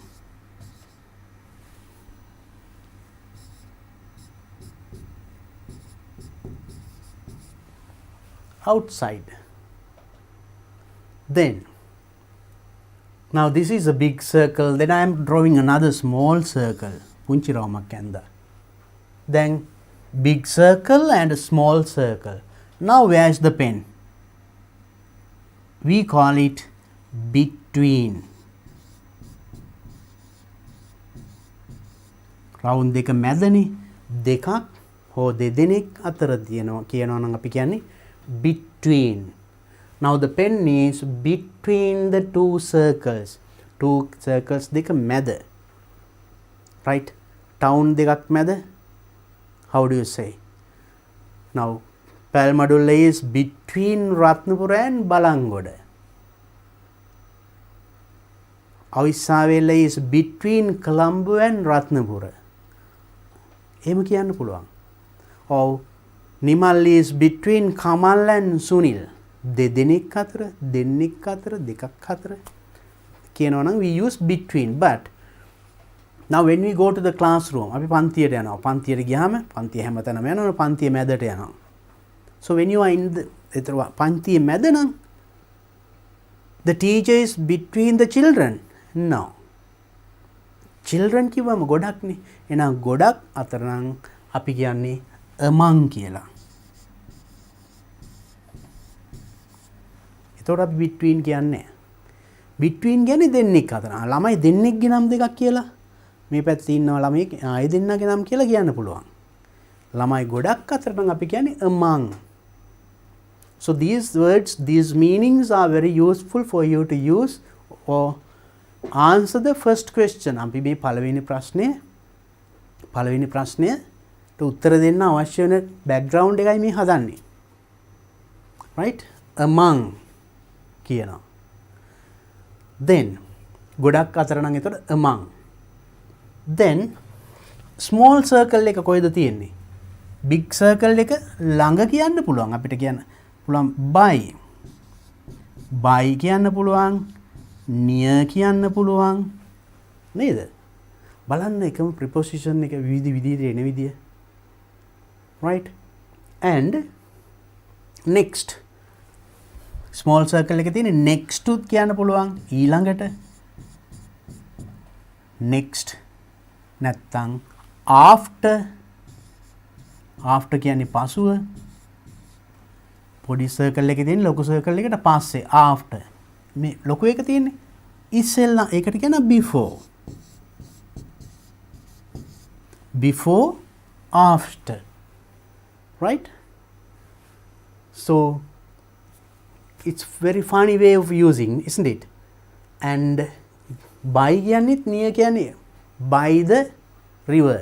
කියන්නේ ගඟ ළඟ කියන එක. near the river කියන එකමයි. Right? So these are simple prepositions. මේවයි එතකොට කෙලින්ම අපිට in කිව්වම ඇතුලේ direct meaning is there. කෙලින්ම තේරුම තියෙනව නේද? හරිම සරලයි. මේ වගේ සරල prepositions තියෙනවා. ඒ වගේම තව complex prepositions තියෙනවා.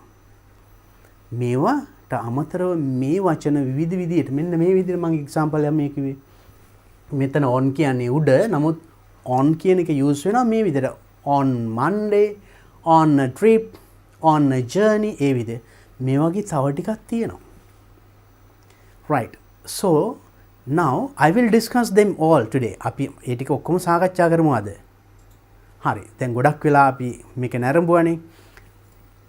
You understood the type of questions that we get. ප්‍රශ්න අපිට මොන වගේ ප්‍රශ්න දෙන්නේ පේපර් එක ගැන අපි අවබෝධයක් ලබා ගත්තා.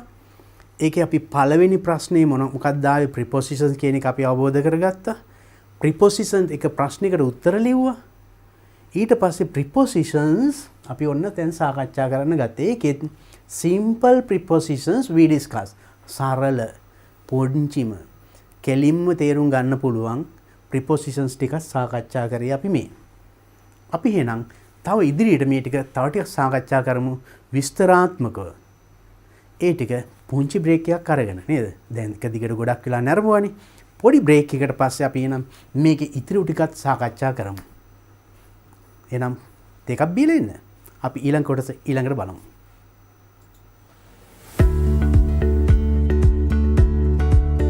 උසස් පෙළට හා පහශ්‍රේණිය ශිෂ්‍යත්ව විභාගයට සූදානම් වන ඔබ වෙනුවෙන්ම දිවයිනේ ප්‍රවීණතම ගුරුමඩුල්ලක් සමඟ DP එඩියුකේෂන් හරහා නොමිලේම ගෙනේන සජීවී පන්තිමාලාව දැන් සෑම සතියේ දින 7ම උදෑසන 7 සිට සවස 5 දක්වා සඳුදා උදෑසන 7 සිට 10 දක්වා සංයුක්ත ගණිතය දුෂ්‍යන්ත මහබතුගේ ගුරුතුමන් උදෑසන 10:30 සිට 1:30 දක්වා තර්ක ශාස්ත්‍රය මිග්ඩාඩ් ගුරුතුමන් සවස 3 සිට 5 දක්වා ශිෂ්‍යත්ව වැඩසටහන මංජුල මහේන්ද්‍ර ගුරුතුමන් අඟහරුවාදා උදෑසන 7 සිට 10 දක්වා බෞද්ධ ශිෂ්ටාචාරය රත්මලානේ රතනසිරි හිමි වෑගන්තලේ ධම්මරතන හිමි උදෑසන 10:30 සිට 1:30 දක්වා සංනිවේදනය හා මාධ්‍යධ්‍යනය අසේල බණ්ඩාරනායක ගුරුතුමන් සවස 2 සිට 5 දක්වා ව්‍යාපාරධ්‍යනය සුපුන් විධානගමගේ ගුරුතුමන් බදාදා උදෑසන 7 සිට 10 දක්වා ගිනුම් කරණය සේනක විල්ලද්දර ගමගේ ගුරුතුමන් උදෑසන 10:30 සිට 1:30 දක්වා සිංහල ශානික කිරින්දෙනිය ගුරුතුමන් සවස 2 සිට 5 දක්වා තාක්ෂණවේදය සඳහා විද්‍යාව ප්‍රදීප් එස් දිසානායක ගුරුතුමන් බ්‍රහස්පතින්දා උදෑසන 7 සිට 10 දක්වා ඉතිහාසය බිනර දිසානායක ගුරුතුමන් උදෑසන 10:30 සිට 1:30 දක්වා කෘෂිකර්ම විද්‍යාව සුදත් වික්‍රමරත්න ගුරුතුමන් සවස 2 සිට 5 දක්වා ජෛව පද්ධති තාක්ෂණවේදය ශ්‍රීමාල් හෙට්ටිආරච්චි ගුරුතුමන් සිකුරාදා උදෑසන 7 සිට 10 දක්වා දේශපාලන විද්‍යාව නිරෝෂන් දැඩිගමුව ගුරුතුමන් උදෑසන 10:30 සිට 1:30 දක්වා භූගෝල විද්‍යාව සම්පත් අල්දිනිය ගුරුතුමන් සවස 2 සිට 5 දක්වා ඉංජිනේරු තාක්ෂණවේදය මහිමාල් ජයකොඩි ගුරුතුමන් සෙනසුරාදා උදෑසන 7 සිට 10 දක්වා තොරතුරු හා සංනිවේදන තාක්ෂණය නීල් ප්‍රසන්න ගුරුතුමන් උදෑසන 10:30 සිට 1:30 දක්වා භෞතික විද්‍යාව සී අතුකෝරල ගුරුතුමන් සවස 2 සිට 5 දක්වා ආර්ථික විද්‍යාව තිවංක ගොඩවෙලගේ ගුරුතුමන් ඉරිදා උදෑසන 7 සිට 10 දක්වා රසායන විද්‍යාව ශ්‍රීනාත් වික්‍රමසිංහ ගුරුතුමන් උදෑසන 10:30 සිට 1:30 දක්වා සාමාන්‍ය ඉංග්‍රීසි ඒ ජයවර්ධන ගුරුතුමන් සවස 2 සිට 5 දක්වා ජීව විද්‍යාව සුනන්ද කරුණාරත්න ගුරුතුමන් උසස් පෙළ හා ශිෂ්‍යත්ව විභාගයේ ජයගන්න YouTube ලයිව් තාක්ෂණය ඔස්සේ අදම DP education YouTube නාලිකාවට පිවිසෙන්න Play Store, App Store හා Huawei App Gallery හරහා DP Education App එක ඩවුන්ලෝඩ් කරගන්න. ඒ වගේම Telegram App එක හරහා ඉගෙන ගන්න කැමති නම් අදම DP Education නිල Telegram group එකට නොමිලේ සම්බන්ධ වන්න. සරසවි සිහිනය වෙනුවෙන් වෙහෙසෙන මතු දිනක රට දිනවන බුද්ධි බලකාය වෙනුවෙන්ම ලංකාවේ ලොකුම ඔන්ලයින් පාසලෙන් ලංකාවේ ප්‍රවීණතම ගුරුවරුන් සමග අපොස උසස් පෙළ පාඩම්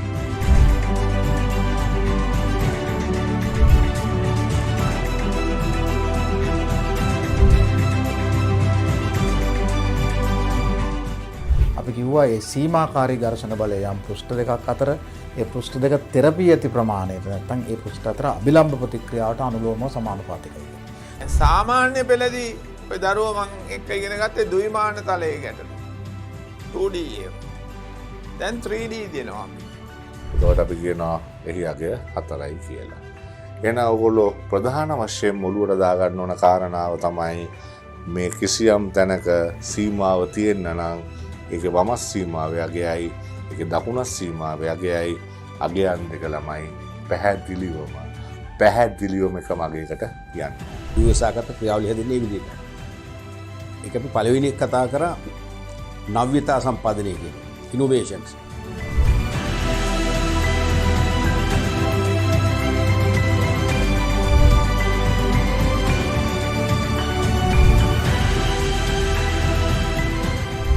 ඒවට ගැහැණු පිරිමි භේදයක් නැහැ. ලොකු කුඩා භේදයක් නැහැ. වයස බලපාන්නේ. දැන් ඔය ඉටිපන්දම ගාව තියෙන වාත අංශු තියෙනවනේ. ඕවා රත් වෙනවා. රත් වුණා මතක තියාගන්න ඝනත්වය අඩු වෙනවා වාත අංශු වල. පෘථිවියෙන් 10න් පංගු 7ක් විතරම දරුවනේ ඔයගොල්ලෝ දන්නවා මේ සාගර වලින් ජලයෙන් වැහිලා තියෙන. ප්‍රධාන වශයෙන්ම සාගර හා මුහුදු වල තියෙනවා දරුවනේ ජලය. යකඩවල විචල්්‍ය සන්නජතා ගැන හිතුවත් ෆෙරස් ෆෙරි. වංගුවක යනකොට වංගුව ඇතුල් පැත්ත පාතයි වංගුවේ පිට පැත්ත උසයි. So before this I have discussed many papers. දැන් අපි කලින් කතා කරා දත්ත ජීවන චක්‍රයේ අවධි 3ක් ගැන. රේඛීය ප්‍රසාරණතාවය සහ රේඛීය ප්‍රසාරණය කියන කොටසෙන් පස්සේ ශේෂ්ත්‍ර ඵල ප්‍රසාරණය. ஏன் அந்த 30 ஜூல் இழக்கப்பட்டது, எங்கே அந்த 30 ஜூல் போனது, அழுத்த சக்தி அதிகரிச்சதோ இல்லை, கிடையாதான் போய் மொத்தினவன். ඒතකොට නායකත්වයන්ගේ මුදල් ලැබුණාම සිද්ධ වෙන බලපෑම් දෙක මොකක්ද? මුදල් කියන වත්කම වැඩි වෙනවා. ඒ වගේම නායකත්ව කියන වත්කම අඩු වෙනවා. ඔබගේ සංකල්ප ගොඩනැගුණට පස්සේ මේ ගැටලුවට අවතීර්ණ වෙන්න පුළුවන්. නැත්තම් එකපාර ගාන බලපු ගමන් ඔබට ගාන හදන්න බෑ. මම ඔබට දත්ත වර්ග ගැන කියලා දුන්නා සහ මේ Excel worksheet එක ඇතුළේ හැසිරෙන ආකාර කිහිපයක් කියලා දුන්නා. அவைந்த அயனா கட்சக்திகளில் தங்கியுள்ள காரணிகளில் ஒன்று கரியேற்றம். ඔකට ගොඩක් අය සූත්‍රය කියනවා උපරිම මිල, ඍණ සමතුලිත මිල, වැඩි කිරීම සමතුලිත ප්‍රමාණය බෙදීම දෙක හැටියට. අපි ඉස්සෙල්ලම යම් පරිසරයක ස්වභාවිකව හමු වන ශාක සත්තු අයින් කරලා අපිට ඕනේ අපිට ඕන සත්තු ඇති කරලා. එහෙම ගියාම කිසියම් ආකාරයක පරිසරයත් එක්ක ගැටීමක් ඇති වෙනවා.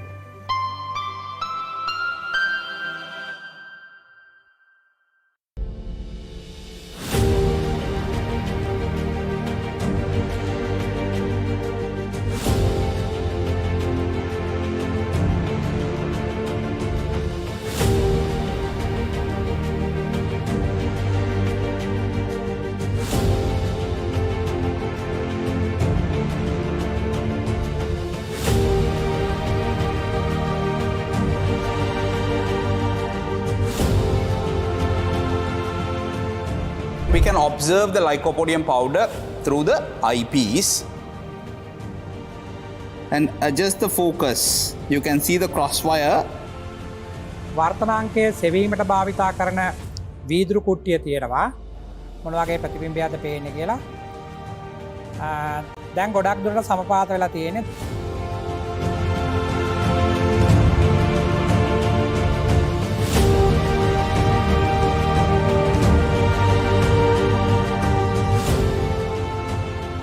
දෙපසට චලිත කරමින් බලනවා. තාප ශක්තිය මගින් දැන් මෙතන කඩදාසිය ගිනි ගත්ත පුතාලා දැක්කා. In order to minimize the error, I should keep the glass block such that the thickness is maximized. Sodium hydroxide என்பது ஒரு කාරම්. ඔන්න හුමාලේ එනකොට බලන තලබම්බරේට මොකද වෙන්නේ කියලා. හරියටම අවදි කෝණයෙන් ආවම පූර්ණාභ්‍යන්තර පරාවර්තනයේ පටන් ගන්නම කිරණය මේ මූණතේ අඩුම කෝණයෙන් එනවා කියලා කියන්නේ මෙන්න මේ යට මූණතේ ඈතටම තමයි යන්නේ. ඒ වුණාට එතනින් අපිට එනවා කොටස් 46ක්. ඒ කියන්නේ 0.46යි සිරස් නලය හරහා ඉහළට පැමිණෙනවා. බලන්න දැන් දරුවන්ට පේනවා අර බටේ ජල මට්ටම වේගයෙන් ඉහළ යන අවස්ථාවක්. ග්‍රෑම් 300ට වඩා මදක් වැඩි ප්‍රමාණයක් තියෙන්නේ. Look at this bottle carefully. You can see the solution has turned milky in color. Right, different shapes, different sizes, and here I have 3 beakers with water with different colors.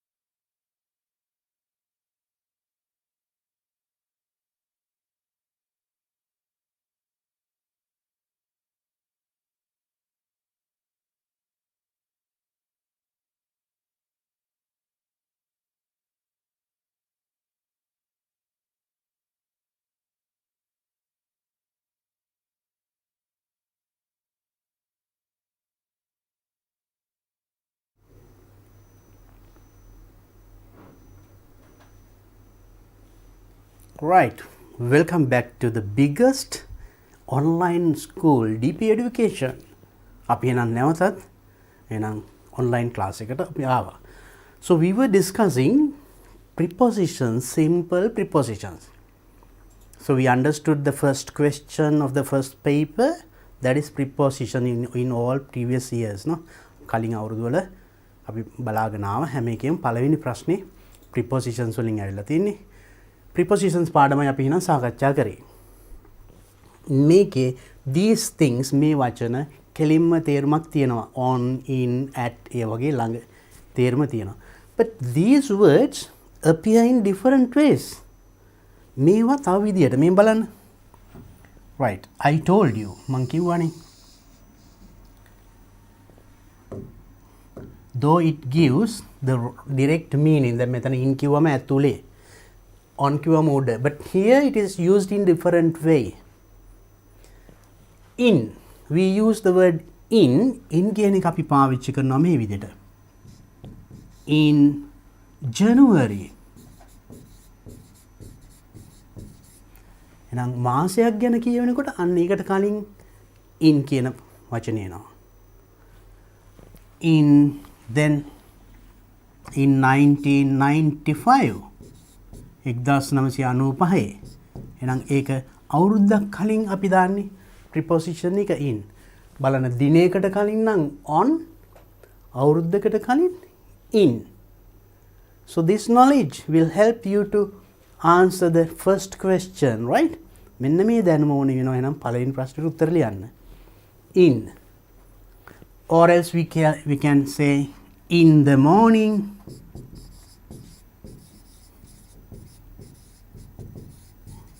in the morning, in the afternoon, in the night. So there is a different thing, right? When you say in the night, we say in the night or at keyword the නෙමේ at night.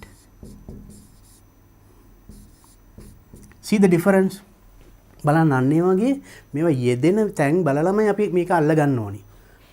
In night නෙමේ in the night. Night at night. එහෙනම් night කියන වචනේත් එක්ක in at දෙකම එනවා. යෙදෙන්නේ දෙවිදිහකට බලන්න. In the night, at night. Right, in. Sorry. Not only that, when you say in, so in the night, at night, in the afternoon, and when you tell in the room, in the class, that is direct meaning. Make you wage කෙලින්ම direct meaning එක තියෙනවා නේද? I am interested in, right? ඒ විදියටත් එනවා.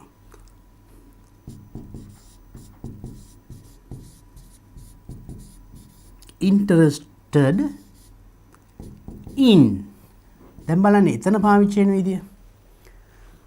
These prepositions, there are certain prepositions coming with certain words. සමහර වචනත් එක්ක අනිවාර්යයෙන්ම එනවා. Interested කිව්වම එතන in එනවා. I am interested cricket කියන්නේ. I'm interested in cricket. I'm interested in you. ඒ වගේ in එනවා. Look කිව්වම look at. අන්න මේ at එක මේ තවත් විදිහකට. Look at. බලන්න මේ preposition එක අගට. Look at the board. Look at the picture. That prepositions comes after that. සමහර වචනත් එක්ක. Suffering කිව්වම suffering from. I am suffering from fever. He is suffering from fever. Yeah. උණ හැදිලා කියලා කියන්නේ. Suffering from, suffer from. See the way of using, right? In, on, at. So these are different ways. So then here simple prepositions sometimes මෙහෙම වචනක් තියෙනවා. අපි කිව්වොත් in front of. In front of. So මෙතන බලන්න in එක තියෙනවා front of. you can't take one by one and make a meaning. එක අරන් in කියන්නේ ඉස්සරහා, front in කියන්නේ ඇතුලේ, front කියන්නේ ඉස්සරහා, එහෙම තේරුම් ගන්න බෑ. All these three words මේ වචන තුනම එක තේරුමක් දෙන්නේ. I am in front of the class. පන්තියේ ඉස්සරහා. In front of the house. In front of කියන්නේ ඉස්සරහා කියන. So you have to use all three words. එතකොට මේ වචන තුනම අරගෙනයි ඒකට තේරුමක් ගන්න වෙන්නේ. So then so when you fill in the blanks, හිස්තැන් පුරවනකොට එතකොට සමහරට මෙතන හිස්තැන තියෙන පුළුවන් මේ වචන දෙක තියලා නේ. Then you can easily understand what comes in the blank. එහෙම නම් ලේසියෙම තේරුම් ගන්න පුළුවන් හිස්තැනට මොකක්ද දෙන්නේ කියලා නේ. බලන්න. So these are the things that we have to catch while reading and while listening. කියවනකොට තව අය කතා කරනකොට ඒ වහන් ඉඳලා අපි අවබෝධ කරගන්නවා යා කොහොමද එතන මේ preposition එක use කරේ in, at, on ඒ වගේ වචන. Right? So you have to pay attention and catch those methods. Because we can't tell exactly this is the way of using this preposition. මේ preposition එක මෙන්න මෙහෙමයි පාවිච්චි කරන්න කියලා. It is difficult, right? So you have to catch them. I showed you. බලන්න මෙතන එකම වචනේ in කියන එක කීප විදිහක use කරානේ. මෙතන එක විදියක්, මෙතන එක විදියක්, මෙතන එක විදියක් නේද? Now, so over කිව්වම it is used in different ways. I jump over the කියනවා. Right? Overtake. The vehicle overtook the bus. එතන කියන්නේ overtake. අර වාහනයක් ඉස්සර කරලා යනවා. Right? The school is over. එතන තව විදියක්. Right? Different. So then we have to have a good understanding about these prepositions and their different uses. මේ prepositions ඒවයි විවිධ භාවිතා කරන ක්‍රම ගැන අපිට හොඳ අවබෝධයක් තියෙන්න ඕනේ නම් first question එකට හරියට උත්තර ලියන්න. මෙන්න මම මේ සරල ටිකක් කිව්වේ. I'll give them in detail. තවත් විස්තර කියන්නම්. මේ බලන්න. Right. So when you use on මං කිව්වා days of the week on Monday දිනයක් ඉස්සරහින් නම් අර මම දැන් කලින් කිව්වා වගේ on පාවිච්චි කරනවා දිනයක් ඉස්සරහින් නම්. ඒ විතරක් නෙමෙයි මම තව අවස්ථා කිව්වා නේද? Went on a journey. Right? On the staff. Staff එක ආයා මෙන්න මේ staff එකේ ඉන්නේ කියන on the staff එතන use කරන්නේ. Different uses. In බලන්න in use කරන ක්‍රම. Months, season. මාසයකට කලින්. In August, in April, in January, in March. මාසයකට කලින් use කරන preposition එක in. ඒ වගේම seasons. Seasons winter, summer එහෙම කියන්නේ අපි මේ ලංකාවේ seasons පැහැදිලිවම දකින්න අමාරුයි නේද? සීත ඍතු summer, autumn, winter, spring කියලා තියෙනවා. There are 4 seasons. So we use the preposition in before the season. A season එක නමක් කියනවා නම් ඊට කලින් එන්න ඕන in. Then when you read the paragraph, when you fill in the blanks, හිස්තැන් පුරවනකොට අන්න ඒ වගේ තේරුනොත් හිස්තැනක් ඊළඟට එන්නේ season එක නමක් නම් autumn එක්ක winter තිබුණා. එතන ඉන්න අනිවාර්යයෙන්ම preposition එකක් නම් ඒක in. Time of the day මං කලින් කිව්වා වගේම in the morning, in the afternoon, in the night, in the evening, right, like that. අවුරුද්දකට කලින් in 2006, in 1950, in 2020, right, අවුරුද්දකට කලින් use කරන preposition in. Then after a certain period of time, යම් කිසි කාලයක් ගැන කියනවා මේ in an hour, පැයකින් I can complete this work in an hour. මට පැයකින් මේ වැඩ ඉවර කරන්න පුළුවන්. In an hour කියලා කියන්නේ නිකම්ම an hour නෙමෙයි in. See the different uses of in. In පාවිච්චි කරපු විදිය. එතකොට මේ ඔක්කොගෙම බලන්න in ඇවිල්ලා තියෙන්නේ just before that. ඒක මං පෙන්නුවා දැන් එකක් interested in ඒ වගේ වචන. එහෙම එනවා. after the word එහෙමත් එනවා. දැන් බලන්න at පාවිච්චි කරන ක්‍රමය. for night at night කියනවා. රාත්‍රියේදී රැට කියන්නේ at night. for weekend at the weekend සතියාන්තයක් ගැන අපි කියනකොට use කරන preposition එක at the weekend. a certain point of time හරියට යම් කිසි වෙලාවක් ගැන කියවෙනකොට at 9:30 9:00ට එතකොට කාලය at 7 o'clock at 10:30 එතකොට ඒ වෙලාවක් කියනකොටත් use කරන්නේ at. This is very very important. So if you follow this properly අද මේ පාඩම හොඳට අහගත්තොත් පළවෙනි ප්‍රශ්නේ ගොඩ. Right. Look at the next one. Since from a certain point of time ඒ කියන්නේ past till now අතීත සිට මේ දක්වා මේ බලන්න since 1980 1980 සිට එම ඈත යන්න ඕනෙත් නෑ. since last Monday ගිය සඳුදා සිට since morning උදේ සිට ඒ විදිහට use කරනවා since January ජනවාරි සිට එහෙම කියන්න මාසයක් අවුරුද්දක් වෙලාවක් එහෙම කියන්න පුළුවන්.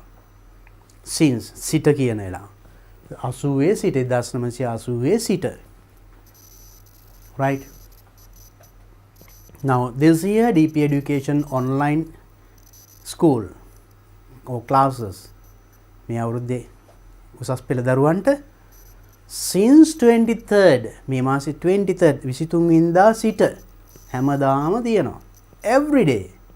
එතකොට since 23rd 23 වෙනිදා සිට since we use in that way. Next word for කියන preposition එක over a certain period of time past till now ඒ කියන්නේ certain period of time යම් කිසි කාලාන්තරයක් past අතීතයේ සිට now මේ දක්වා මේ බලන්න for 2 years අවුරුදු දෙකක් for 2 years for 2 hours for 10 days for 10 years ඕනම කාලාන්තරයක් එහෙම කාලයක් කියනකොට you tell it for. සඳහා කියන්නත් පුළුවන්. This pen is for you. This is for you. And this is for me. මේක ඔයාට මේක මට. එතකොට එහෙම කියන්න පුළුවන් for. Right? For. Next one before අපි දැන් අර කලින් අපි රවුන්ඩ් එකක් යන්නේ. ඒකේ පුංචි රවුමට කලින් තිබුණේ ලොකු රවුම. එහෙනම් before the small circle පෙර කියන ගත්තා. මෙතන බලන්න earlier than a certain point of time. earlier පෙර than a certain point of යම් certain point එකක් ඒකට earlier ඊට පෙර කියන එක. මේ බලන්න before 2004 2004ට පෙර before. එතකොට අපි මේ අවුරුද්දකට කලින් ඉස්සෙල්ලා ඉගෙන ගත්තා in කියලා. ඒ කියන්නේ if you use දැන් බලන්න here also අවුරුද්දක් තියෙන්නේ 1980 ඒකට ඉස්සෙල්ලා since 2004 ඒකට කලින් before ඉස්සෙල්ලා කිව්වා in 1948 එතනත් in දැන් මේ මෙතන 2004 අවුරුද්දක් 1980 එකත් අවුරුද්දක් 1940 48 ඒත් අවුරුද්දක්. But 3 different prepositions තුනක් අර්ථ තුනක් 3 different meanings. Before 2004 කිව්වොත් 2004ට පෙර since 1980 1980 සිට we got independence අපිට නිදහස ලැබුණේ in 1948 1948 බලන්න අපි එතකොට මෙහෙම අවුරුද්දකට කලින් නම් මෙන්න මේ ප්‍රිපොසිෂන් එක කියලාම කියන්න බෑ ඒකේ තේරුම වෙනස් වෙනවා හැබැයි ඒ යොදන තේරුම අනුව මෙතන in මෙතන since මෙතන before different prepositions right නැත්තම් when you get fill in the blanks හිස්තැනක් එහෙම පුරවන්නේලා හිස්තැනට එහා පැත්තෙන් අවුරුද්දක් තිබුණොත් ටක් ගාලා in දැම්මොත් වරදින්න පුළුවන් නේද අපි ඒකයි මම කිව්වේ you have to read the full sentence වාක්‍ය කියවන්න ඕනේ so then think of the meaning of that sentence ඒ වාක්‍යයෙන් කියවෙන තේරුම මොකක්ද කියලා තේරුම් ගන්න එතකොට ඔයාලට හිතා ගන්න පුළුවන් මෙන්න මේ තේරුම දෙන්නද මෙහෙමද සිට කියන්නද නැත්නම් පෙර කියන අර්ථයෙන්ද ඉන්නේ මෙතන after එන්නත් පුළුවන් after 2004 2004න් පසු මෙතන කියන්නේ පෙරනේ පසු කියන after කියන්න පුළුවන් see the different uses right you have to be very careful sorry next one 2 telling the time වෙලාව කියනකොට කියනවා 10 to 6 10 to 6 කියන්නේ 6ට 10යි කියන්නේ 5යි 50යි කියන එක 10 to 6 then 2 see the way of using 2 is used in different ways මේ එක ක්‍රමයක් තව ක්‍රම තියෙනවා ගොඩක් I went the class නෙමෙයි I went to the class පන්තියට ගියා right I talked teacher no I talked to the teacher or talked with the teacher right past telling the time 10 past 6 6 පසුවී විනාඩි 10යි that's another use right past look at this one to till until මේ වචන කොහොමද පාවිච්චි කරන්නේ marking the beginning and end of a period of time marking the beginning start ආරම්භය mark කරන ආරම්භය සලකුණු කරනකොට and end අවසානය of a period of time යම් කිසි කාලාන්තරයක ආරම්භය අවසානයේ සලකුණු කරනකොට මේ from Monday to Friday from Monday සඳුදා from සිට to Friday සිකුරාදා දක්වා right නැත්නම් from Monday till Friday Friday සිකුරාදා තෙක් තොර till until that is used in different ways till turu until තෙක් wait till I come ඉන්න මම එනකම් right wait till wait until I come නැවතලා ඉන්න මං එනතුරු more or less the same meaning ගොඩක් සමාන තේරුමක් එන්නේ නේද තුරු තෙක් කියන එක till next Friday ලබන සිකුරාදා දක්වා කියන එක වෙනතුරු right Monday from Monday till Friday so the different uses then till and until this one another in the sense of how long something is going to last යමක් කොච්චර කාලයක් going to last ඉතින් last කියන්නේ අන්තිම කියන්නේ නෙමෙයි කොච්චර කාලයක් පවතිනවද කියන එක මේ බලන්න he is on holiday until Friday he is on holiday until Friday Friday දක්වා Friday තෙක් සිකුරාදා තෙක් he is on holiday නිවාඩු බලන්න තව preposition එකක් මෙතන on holiday අපි කලින් ඉගෙන ගත්ත on කියන්නේ උඩ කියලා on කියලා තව on Monday දිනයකට කලින් කියනවා අන්න තවත් එකක් on holiday he is on holiday එයා නිවාඩු කවද දක්වාද සිකුරාදා තෙක් until. Pay attention and remember these uses. හොඳට අවධානය යොමු කරලා මේ පාවිච්චි කරලා තියෙන විදිය බලා ගන්න.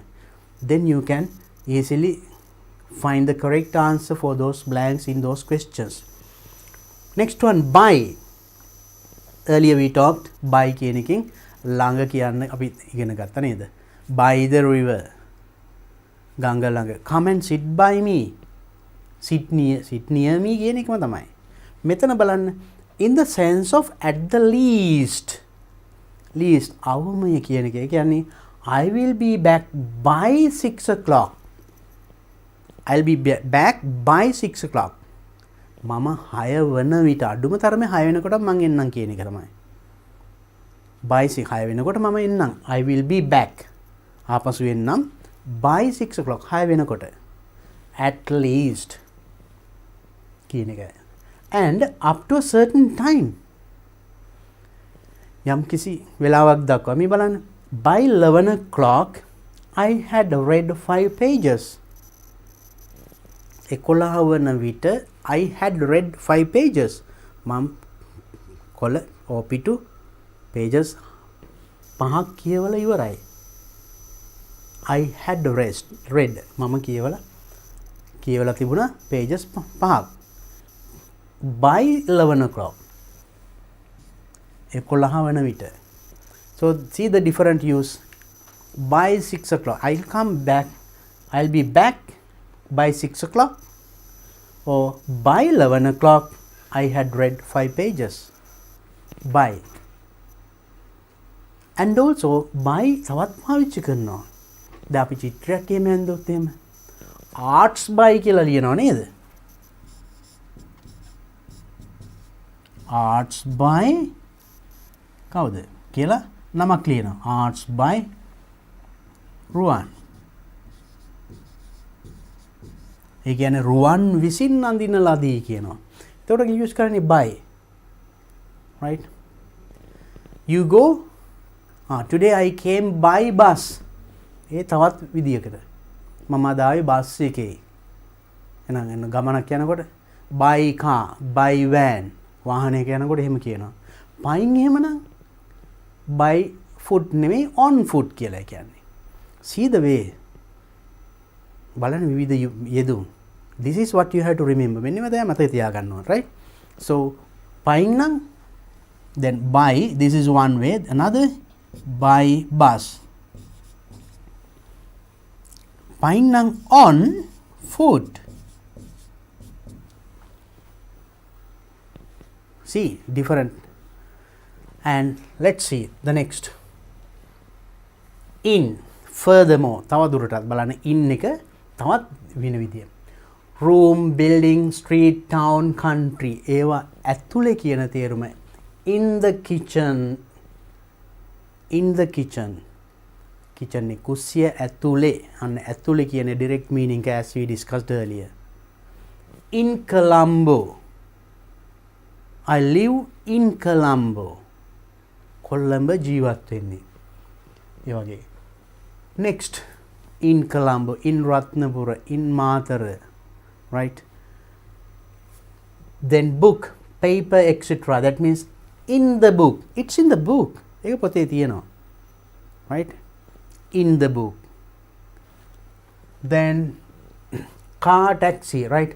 In the car, in a taxi, in the bus. So in ඇතුලේ කියන තේරුම විතරයි එන්නේ. And picture, word. In the picture, in the world. Now, so when you describe a picture, in this picture කියන මේ පින්තූරේ. In the world, ලෝකයේ. Right? In. So that direct meaning you can see in. Next, once again, at. Meaning next to or by an object. Next to කියන්නේ ඊළඟ නැත්තම් by an object. යම් කිසි object එකක් දෙයක් ළඟ කියන එක. මේ බලන්න. At the door. He is at the door. ඒ කියන්නේ එයා දොර ළඟ කියන එකයි. near කියන එක බලන්න. without using the near you could convey the same meaning. A තේරුමම. He is at the door. Right? At the station, at the bus hold, at the canteen, at home. එතකොට දී කියන්නේ ගෙදරදී කියන්නේ you go home, go and do this exercise at home. මේ අභ්‍යාසය ගෙදරදී කරන්න. homework at home. එතකොට at different uses. And for table, right? At the table. He is at the table means මේසේ ළඟ ඉන්නවා කියන එකයි. He is at the table. Maybe that he is going to have dinner or lunch or meals. At the table. So earlier we discussed on the table, under the table, at the table. මේසේ ළඟ. Maybe getting ready to have a meal. For events වලට at a concert එකේදී කියන එක විවිධ ප්‍රසංගයේදී at the party එකේදී I met him at the party මට යාව හම්බ වුණා party එකේදී right at the party. Next, place where you are to do something typical, watch a film, study, work. ඒ කියන්නේ place where you are to do something typical. යම් කිසි දෙයක් කරන්න විශේෂයෙන්ම කරන්න යම් තැන් තියෙනවනේ. මේ වගේ කියන්නේ ෆිල්ම් එකක් හැමතැනම බලන්න බෑනේ. ෆිල්ම් හෝල් එකේ නේද? නැත්නම් study, work separate තැන් තියෙනවනේ. අන්න ඒ වගේ ඒවා. At the cinema. ඒ කියන්නේ සිනමාවේදී සිනමා ෆිල්ම් එකක් බලන්න ගියාම at the cinema. At school පාසලේදී. At work.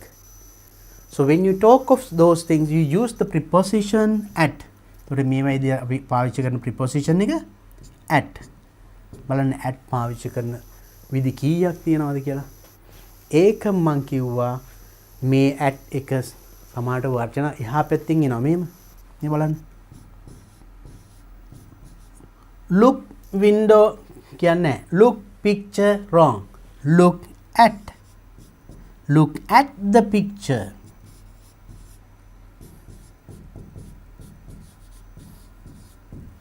අන්න මෙතන එතකොට at මේ look කියන එකට එහා පැත්තෙන් ආවේ. මේ වචන වලට මුලින් ආවේ. බලන්න එකම preposition එක මොන විදියට පාවිච්චි වෙනවද කියලා. Now I think it is very clear, no? Read these several times. Then that will remain in your brain, in your memory.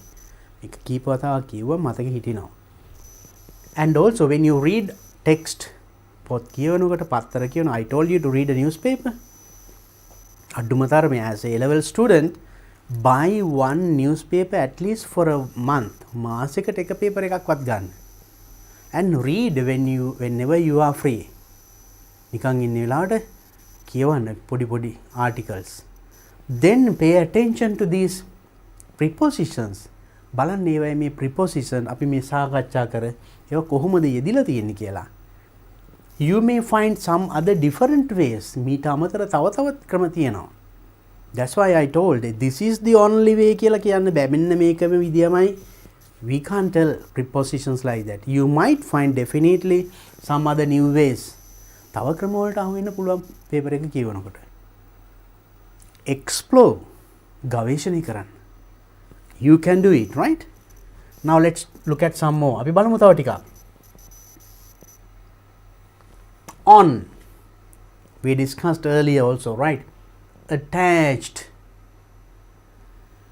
Attached කියන්නේ යමකට attach කරලා තියෙනවා, අලවලා තියෙනවා. මේ බලන්න. The picture is on the wall. ඒ කියන්නේ කලින් කරගත්ත on the table කියන්නේ on the wall කියන්නේ බිත්තිය උඩ නෙමෙයි. බිත්තියේ අලවලා එක්ක එල්ලලා එහෙම තියෙනවා නම් අපි කියන්නේ the picture is on the wall. උඩ කියන තේරුම නෙමෙයි. See the way attached කියන එකයි. Next one, for a place with a river. London lies on the Thames. Place ස්ථානයක් බලන්න Thames ගඟ තියෙන්නේ. London lies on the Thames. On Thames ගඟය. And London. Now London lies on the Thames. Can ගඟ උඩ කියන එක නෙමෙයි. See the way of using preposition. And being on a surface. යමක් මතු පිට කියන්න. That is direct meaning which discussed earlier also. On the table. අපි කලිනුත් කතා කරා නේද? යමක් මතු පිට කියන්න on the table. On the head කියලා කිව්වේ. Next one. For a certain side, left, right. ඔන්න පාරේ යනකොට දකුණු පැත්තේ වම් පැත්තේ කියන එක පැත්ත ගැන කියනකොට on the left, on the right. දකුණු පැත්තේ වම් පැත්තේ. අපේ ගේ තියෙන පාරේ දකුණු පැත්තේ වම් පැත්තේ. වම් පැත්තේ තියෙනවා මෙන්න මෙහෙම ගහක්. එහෙම කියනකොට left right කියනකොට on කියලා කියන. On the left, on the right. Next one. For a floor in a house. තට්ටු නිවාස තියෙනවා. තට්ටු 2 3 4 5 එහෙම නේද? ඒ තට්ටුවකට on the first floor පළවෙනි තට්ටුවේ පළවෙනි මහලේ කියන එක. On the first floor, on the third floor තුන්වෙනි මහලේ. On. You use the word on preposition. Next one, for public transport. I told you earlier as well. Public transport like on the bus. Bus එකේ. Right? On a plane. Plane එකේ. Then there you use the word on. For television, radio. Now you can watch this on the TV. මේ lesson එක TV එකේ බලන්න පුළුවන්. කොහොමද කියන්නේ? You can watch it on TV. On. In the TV නෙමෙයි. බලන්න ඒකේ යෙදෙන විදිය. And on the radio. Right? On the radio, on TV, different uses. On. You can the pen is on the TV කිව්වොත් that එතන කියන්නේ TV එක උඩ. The flower vase is on the TV. vase එක TV එක උඩ. එහෙම කියන්න පුළුවන්. එතන on උඩ. This on is something else.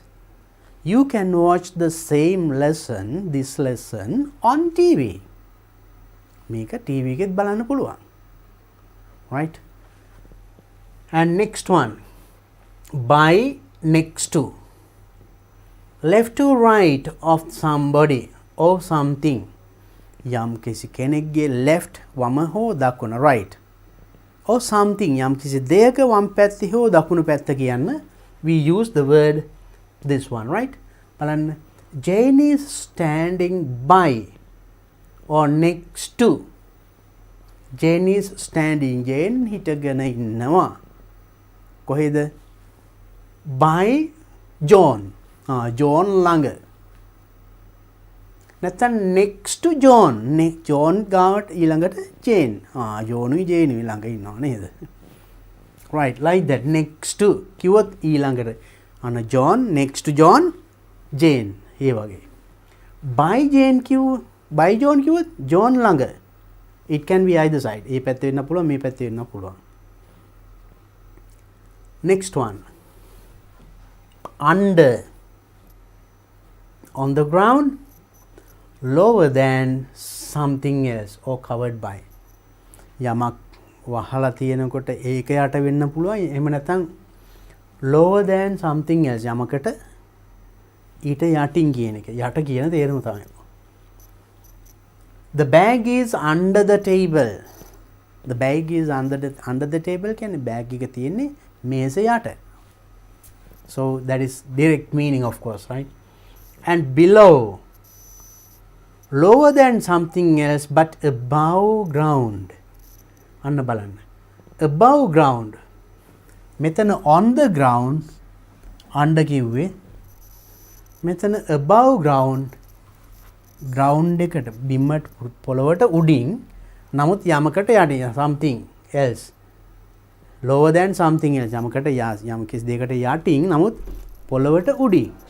Above the ground, lower the lower than something else. බලන්න මේක. The fish are below the surface. The fish මාළුව below the surface. මතු විතර යටින් below. එතකොට below පහලින් කියන එක. Over, we got it earlier, covered by something else. යමකින් ආවරණය වෙන. ඒ කියන්නේ put a jacket over your shirt. Put a jacket එකක් දාන්න over your shirt. shirt එකට උඩින් jacket. Put a cloth over this table. මේසට උඩින් over. රෙද්දක් එලන්න රෙද්දක් දාන්න කියන එක. over. And the same way බලන්න මෙතන meaning more than වඩා කියන අර්ථයෙන්වත් මේ බලන්න over 16 years of age. over 16 years of age අවුරුදු 16ට වැඩි කියන එක. ඒතර over 16 years of age more than 16ට වැඩි වඩා වැඩි කියන එක. Then get into the other side, also across. Get into the other side. යම් කිසි එක් පැත්තකින් ඉඳන් තව පැත්තකට යනවා. Also across කියන්නේ හරහා යනවා. මේ බලන්න. Walk over the bridge. Walk over the bridge. පාලමින් එගොඩ වෙනවාට කියන්නේ පාලමින් උඩින් යනවා කියලා. පාලමේ ඇවිදගෙන යන්නේ. පාලමට උඩින් නෙමෙයි. අපි වෙනවට යූස් කරන්නේ walk over. walk over the bridge. පාලමින් එගොඩ වෙන්න කියන එකනේ. go across the road, across කියන්නේ හරහා යනවා කියන එකනේ. ඒකම walk over the bridge. Next one, overcoming an obstacle. Obstacle බාධකයක්. overcome බාධකයක් බිඳගෙන යනවා. climb over the wall. climb over the wall. බිත්තියට උඩින් නගින්න. you jump over the wall, right? the wall is the obstacle, right? Next one, above. above ඉහළින්. I told you earlier as well, higher than something else but not directly over it. higher than something else යම් කිසි දෙයකට උඩින් ඉහළින් but not directly කෙලින්ම over it. ඒ කෙලින්ම මේක උඩින් නෙමෙයි but ඉහළින්, right? a path above the lake. a path above the lake. lake එකට above the lake. lake කියන්නේ විල ජලාශයක් නේ. lake එකට උඩින් තියෙන පාර. path කියන්නේ road. කියන්නේ lake එකට උඩින් පාරක් නැහැනේ. lake is there above the it උඩින් කන්දේ පාරක් තියෙනවා. ඒවා කියන්නේ path above the road. We use the word above there. Next one, across. Get into the other side. Also over. across. හරහා යනවා කියන එක. අනිත් පැත්තට යන්නේ. ඒ කියන්නේ walk across the road. walk across the road. පාර හරහා යන්න. walk across the road or cross the road. cross the කිව්වොත් හරහා යනවා. පාර හරහා යන්න. get into the other side. අනිත් පැත්තට යාම. swim across the lake. swim across the river. ගංගා හරහා පීනන්න කියන එකයි. හරහා across. Then through. something with limits on top, bottom and the side. through කියන්නේ එතකොට something with limits. සීමාවන්. ඒ කියන්නේ top උඩ, bottom යට and side දෙපැත්තේ. ඒවයි සීමා යටතේ. ඒ කියන්නේ drive through the tunnel. drive through the tunnel. tunnel එක තුලින් drive කරගෙන යන්න කියන එකයි. තුලින් කියන එකයි. you go through the jungle. කියන්නේ කැලය තුලින් යන්න. හැබැයි මෙහෙමත් කියනවා. you go through the passage. go through the paragraph. ඒ කියන්නේ read the paragraph කියන එක. බලන්න ලස්සන යෙදුම් නේද? read කියන එකම go through කියනවා. learn these things මේ වගේ වචන ඉගෙන ගන්න. sometimes in instructions උපදෙස් වල මේව තියෙන්න පුළුවන්. you go through the passage and answer. that means read the passage and answer කියන එක. go through කියන්නේ තුලින් කියන එක, right? so you can send something through the paper කියන්නේ paper එක තුලින් යවන්න කියන්නේ paper එක හිල් කරගෙන යවන්න කියන්නේ through. see the meaning, right? next one, 2, movement to person or building. movement චලනයක් from person to a building. go to the cinema. පුද්ගලෙක් තම building එකට go to the cinema. go to the class. go to the playground. like that. and movement to a place or country. රටකට යනවා. go to Japan. go to Jaffna. right? for bed, go to bed. I go to bed at 10 o'clock. go to bed. 2. next, into. I said 2, now into. see the difference? enter a room, a building. අන්න මේ දැනුම අපිට ඕනි වුණා පළවෙනි ප්‍රශ්නේ අපි සාකච්ඡා කරේ නේද? into was there. enter a room යම් කිසි room එකකට ඇතුල් වීම. a building ගොඩනැගිල්ලකට ඇතුල් වීම. ඇතුළට යනවා කියන එක. go into the kitchen or the house. go into the kitchen.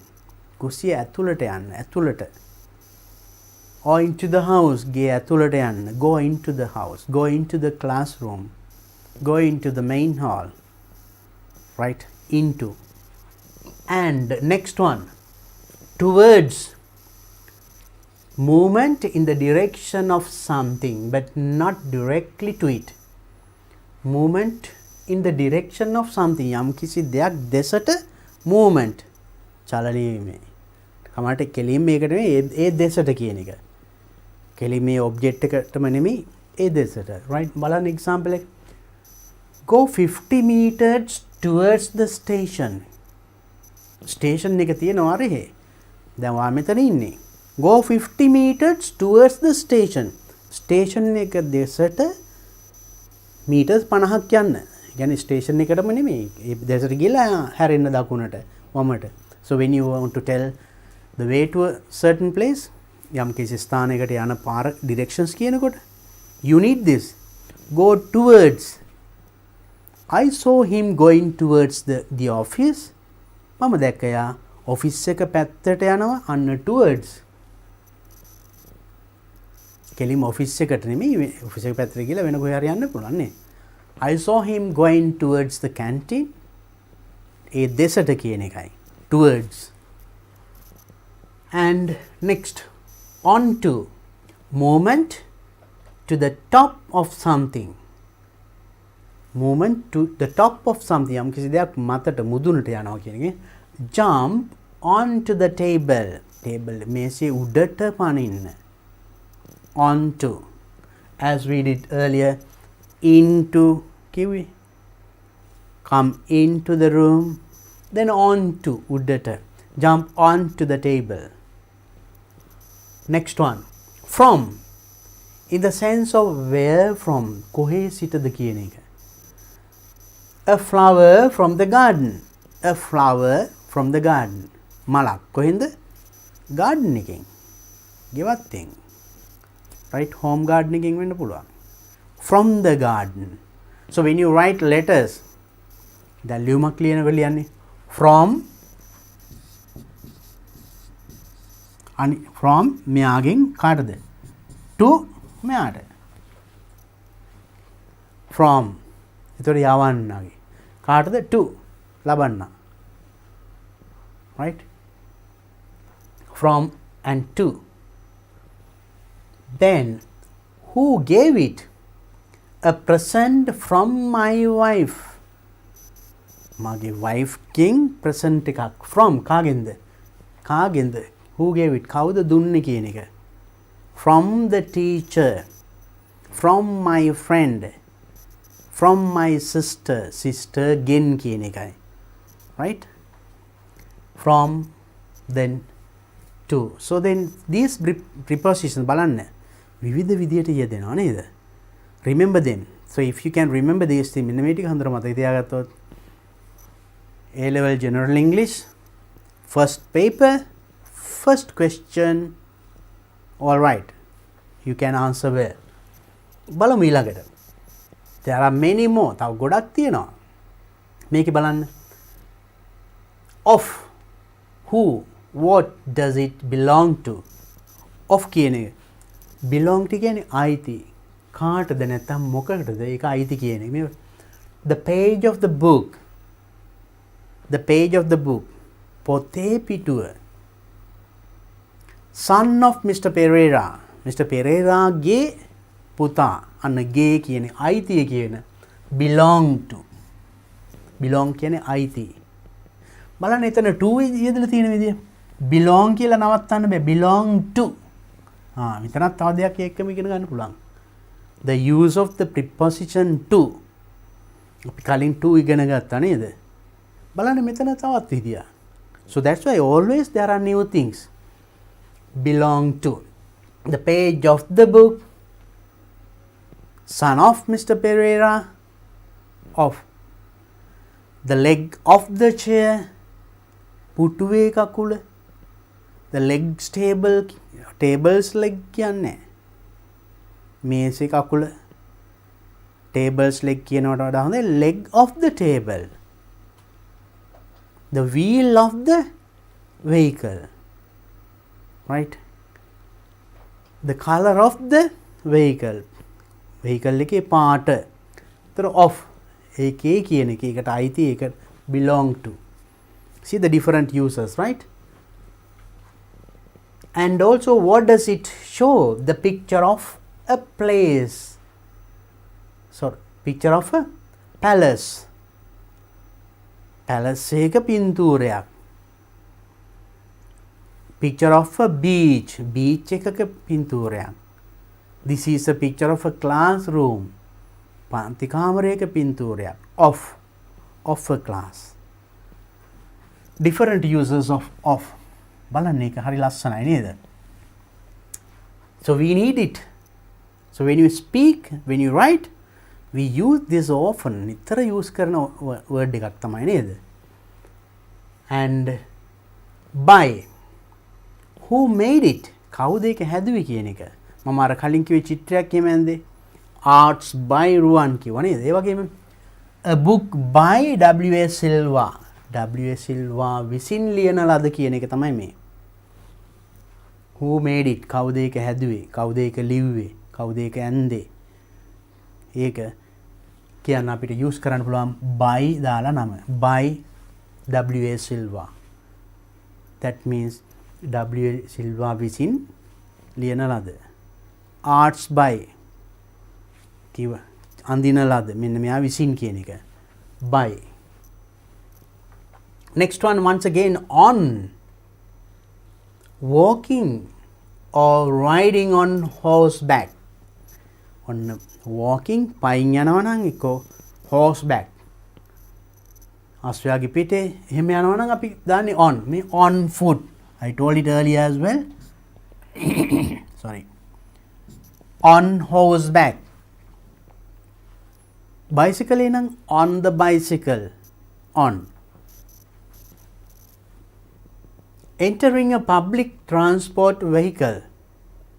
Public transport vehicle එකක් enter ඒ වගේ එකට ඇතුල් වෙනකොට get on the bus. මහජනයා මිනිස්සු ගෙනියන වාහනයකට ඇතුල් වෙනකොට get on the bus. Bus එකට නගිනවා කියන එක. නගිනවා කියන්නේ කොහොමද? get on the bus. මම බස් එකට නැග්ගා. I got on the bus. කියන්නේ බස් එක උඩට නැග්ගා කියන එක නෙමෙයි. See the way of using on here. Next one, in. Entering a car, taxi. ඒව කාර් එකක ටැක්සි එකට නගිනවා නම් ඔන්න මේකට get in the car. Get in the car. Here on the bus, here in the car. Get in the car. Car එකට නගින්න. Off. මෙතන off OF. මෙතන O double F off. Leaving a public transport vehicle. Public transport vehicle මාර්ජනය ප්‍රවාහනය කරන වාහනයක් leave. පිටත් වෙනවට කියනවා. මේකද get off the train. train එකෙන් බහින්න කියන එකයි. public transport vehicle එක ගන්න train එක. දුම්රිය. train එකෙන් බහිනවා. get off the train. I got off the train at 7:30. මම train එකෙන් බැස්සේ 7:00ට. You can tell like that. So then out of, earlier I told that put the pen into the pocket, took it out of කිව්ව නේද පිටතට. බලන්න මෙතන leaving a car or taxi. Get out of the taxi. taxi එකෙන් නැත්නම් car එකෙන් එහෙම බහිනවට කියන්නේ අපි get out කියලා. train එකෙන් get off. බලන්න පොඩි වෙනස්කම් නේද? get off the train, get out of the taxi, get out of the car. Right. Next one, buy. Once again, rise or fall of something. Rise means going up, fall down. යම් කිසි දෙයක නැග්ම නැත්නම් බැස්ම. Prices went up by 10%. Prices මිල ගණන් went up ඉහළ ගියා by 10%. 10%කින් කියන එක. by 10%. by 10 rupees. දැන් මේ දවස්වල නම් the prices of fuel, petrol, diesel went up 10 rupees නෙමෙයි. big amount නේ. 70 rupees, 80 rupees. Went up by 70 rupees. රුපියල් 70කින්. 10%කින් by 10%. The use of by. බලන්න by use කරපු විදිය. Then travelling other than walking on or horse riding. Walking පයින් යනවා නැත්නම් horse riding අස්වැ පදිනවා. නැත්නම් bicycle එක පදිනවා එහෙම නැතුව කියනවනම් වාහනයක නම් by car, by bus, by van. I go to work by bus. මම බස් එකේ වැඩට යන්නේ. He came by car. එයා කාර් එකේ ආවේ. by car. Remember this by එක buy එහෙම නෙමෙයි ආ. buy is the same pronunciation. එකම શબ્දේ නේද?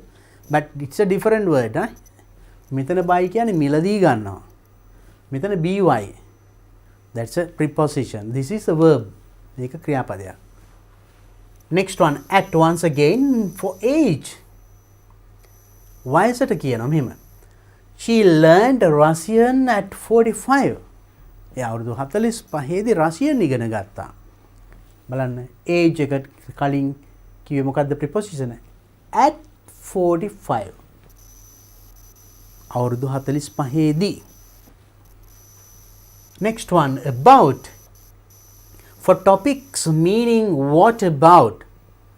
Topic, for topic යම් කිසි මාතෘකාවක් නැත්නම් යම් කිසි meaning what about. Here we were talking about you. අපි ඔයා ගැන කතා කරේ. about you ගැන. we were talking about you. අපි ඔයා ගැන කතා කරේ. shall we talk about it. අපි ඒ ගැන කතා කරමුද. about. with, by means of possessing or having. possess අයිතිය හිමිකාරත්වය ගැන. or having. බලන්න මේ he treated him with a smile. he treated him ඔහුට සංග්‍රහ කරා with a smile. සිනහවකින් කියන එක. හිනාවකින් සංග්‍රහ කරා with a smile. Nice use, huh? Isn't it? A girl with long hair. දිග කොණ්ඩයක් තියෙන ගැහැණු ළමයා. With long hair. A girl with long hair. Right? A boy with short hair. Then without, then that is with. මෙතන without කියන්නේ not having. මෙතන with කිව්වෙත් a girl with long hair දිග කොණ්ඩයක් තියෙන ගැහැණු ළමයා. Without කිව්වොත් මෙතන don't go out without permission නැතුව කියන එකයි. permission කියන්නේ අවසරය. without permission අවසර නැතුව. don't go out අවසරයකින් තොරව එළියට යන්න එපා කියන එකයි. without stopping, right? නවත්තන්නේ නැතුව කියන එකයි. I can't work without food. ආහාර නැතුව අපිට වැඩ කරන්න බෑ කියන්නේ we can. I can't go there without you. නැතු මට එහෙ යන්න බෑ. without you, without. Different uses, right? And also accuse somebody of something. යම් කිසි දෙයකට accuse බලන්න මෙන්න මේ. She accused me of poisoning her dog. Poisoning කියන්නේ වස දානවා. He accused me මට චෝදනා කළා of poisoning her dog. යාගේ බල්ලට වස දුන්නා කියලා ඔන්න බලන්න. Not for එහෙම නෙමෙයි. බල්ලට ඒවා දැම්ම කියන එක for the dog එහෙම නෙමෙයි. See, it's a beautiful use. Accused me of. අන්න මං කිව්වේ සමහර වචනත් එක්ක ඊළඟට අනිවාර්යෙන් තව preposition එකක් එනවා කියලා මං අර මුලින් කිව්වේ. I am interested in you. That means I like you. I like you, my students. I am interested in. Can I like? I am interested in cricket. I like cricket කියන එක. තව ලස්සන විදියක්. Learn these words, right? ඒ වගේ interested කිව්වම in ආවා. ඒ වගේම accused කිව්වම එන්නේ of. ඒ preposition වචනෙට පස්සේ. අපි මීට කලින් ගෙන ගත්තේ වචනෙට කලින් එන prepositions. දැන් මේ ඊට පස්සේ එනවා. Accused of. Next one here. Apologize to somebody for something. Apologize means සමාව අයදිනවා. Excuse. අපි යමකට කාගෙන් හරි සමාව අයදිනකොට ඒක කොහොමද කියන්නේ? මේ බලන්න. Apologize to somebody for something. යම් කිසි දෙයකට. බලන්න. I think මං හිතනවා we should apologize to. එහෙනම් apologize එක එන preposition එක බලන්න. To the public. We should apologize to the public. මහජනයාගෙන් අපි සමාව ගත යුතුයි. ඒගොල්ලන්ගෙන් අපි සමාව ඉල්ලන්න ඕනේ කියන එක. Apologized from the නෙමෙයි. Apologize to. මේක ගොඩක් අය වරද්දන තැනක් මේ. එතන කියනවා from කියලා සමහරවල්. Apologize from the public. No. That's wrong. Remember මෙන්න මේ වගේ තමයි ඔය විභාගයේ ඉන්නේ සමහරට. හරි ගොඩක් වරදින තැන් අපිට නිකම්ම හිතෙන්නේ මහජනයාගෙන් සමාව අයදිය යුතුයි ගෙන් කියන එක. දැන් අපි අර ලියුමක් ලියනකොට from නිමල් to කමල්. නිමල් ගෙන් කමල්ට අපි තැපැල් පතක් එහෙම යවන්නේ from කියලානේ කියවෙන්නේ. අපි ඒ විදිහට හිතලා මෙතනත් ඔන්න from දාන. apologize from the කියලා. That is wrong. Apologize to the public. Next one, I must apologize මෙතන for disturbing you. Why? I have disturbed you. මම ඔයාලට ඔන්න disturb කරා කියමු. You are studying and I came and shouted. මම කෑ ගැවුවා කතා කරා මොනවා. disturb කරා. ඒකට අන්න ඒක සඳහා මම apologize කළ යුතුයි. සමාව ඉල්ලිය යුතුයි කියන එකයි. සමාව අයදිනවා. එතන apologize to and here apologize for. See the different uses. මෙන්න මේවා තමයි අපි අල්ල ගන්න ඕනේ. Next one. Arrive at or arrive in. Not arrive to. ඒකත් ඔන්න තවත් වරද්දන තැනයි. arrive කියන්නේ ළඟා වෙනවා. යම් කිසි දෙයකට යම් කිසි තැනකට ළඟා වුණා කියන්නේ arrive at or in. arrive to කියන්නේ නැහැ. මේ බලන්න. What time do we arrive at Ampara? අපි අම්පාරට යන්නේ මොන වෙලාවටද? arrive at. එතකොට arrive සමග එන වචනේ at අර look at කිව්වේ ඒ වගේ. When did you arrive in England? මෙතන එතකොට in. එංගලන්තයට ළඟා වුණේ when? කවදද? නැත්නම් කොයි වෙලේද? When did you arrive in? What time do we arrive at Ampara? In and at. You see the word with the word arrive. There are two prepositions at and in, but in two different ways.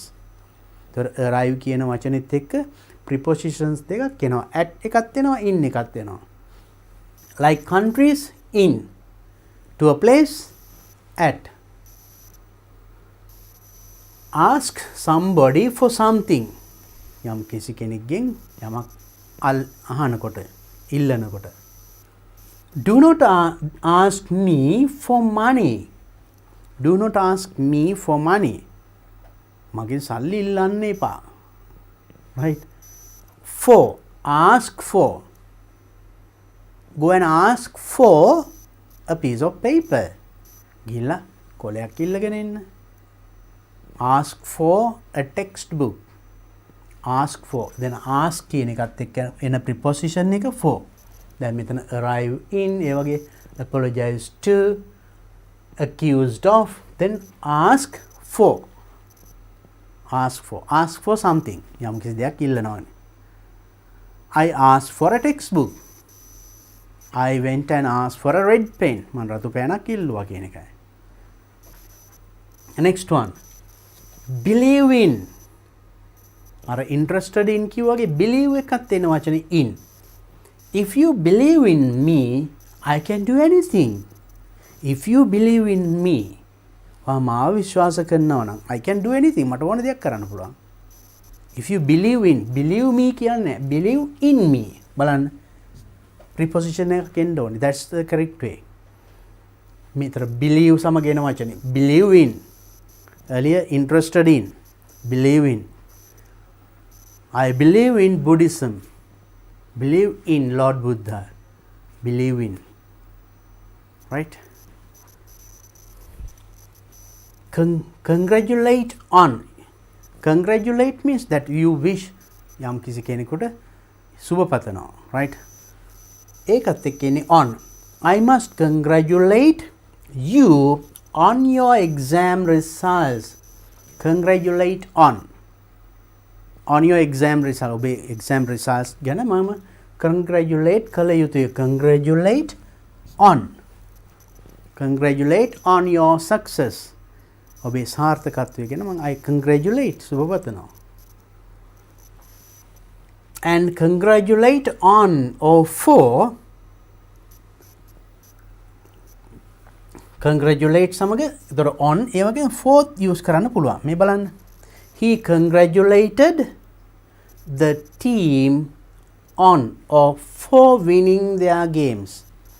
Game එක දිනුවා නිසා එයාට congratulate කරා සුබ පැතුවා කියන එකයි. Right. Next one, crash into, not usually against. යම් කිසි දෙයක් ගිල හැප්පුණා කියන්නේ. Crash into.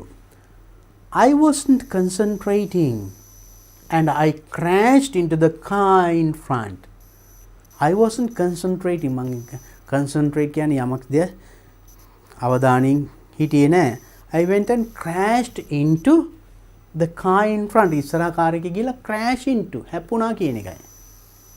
කඩාගෙන ගිහලා වෙන කල්පනාවක් ගිහලා ඩක් ගාලා ගිහින් හැපෙන්නේ. Crash into බලන්න. And crashed into. ඉස්සලා අපි into the pocket කියන්නේ මෙතන crash into. මම නිකන් ඔය drive කරන ගිහලා crash into. Right. So these are different uses of different prepositions. Right. There are some more. Right. Just have a look at this.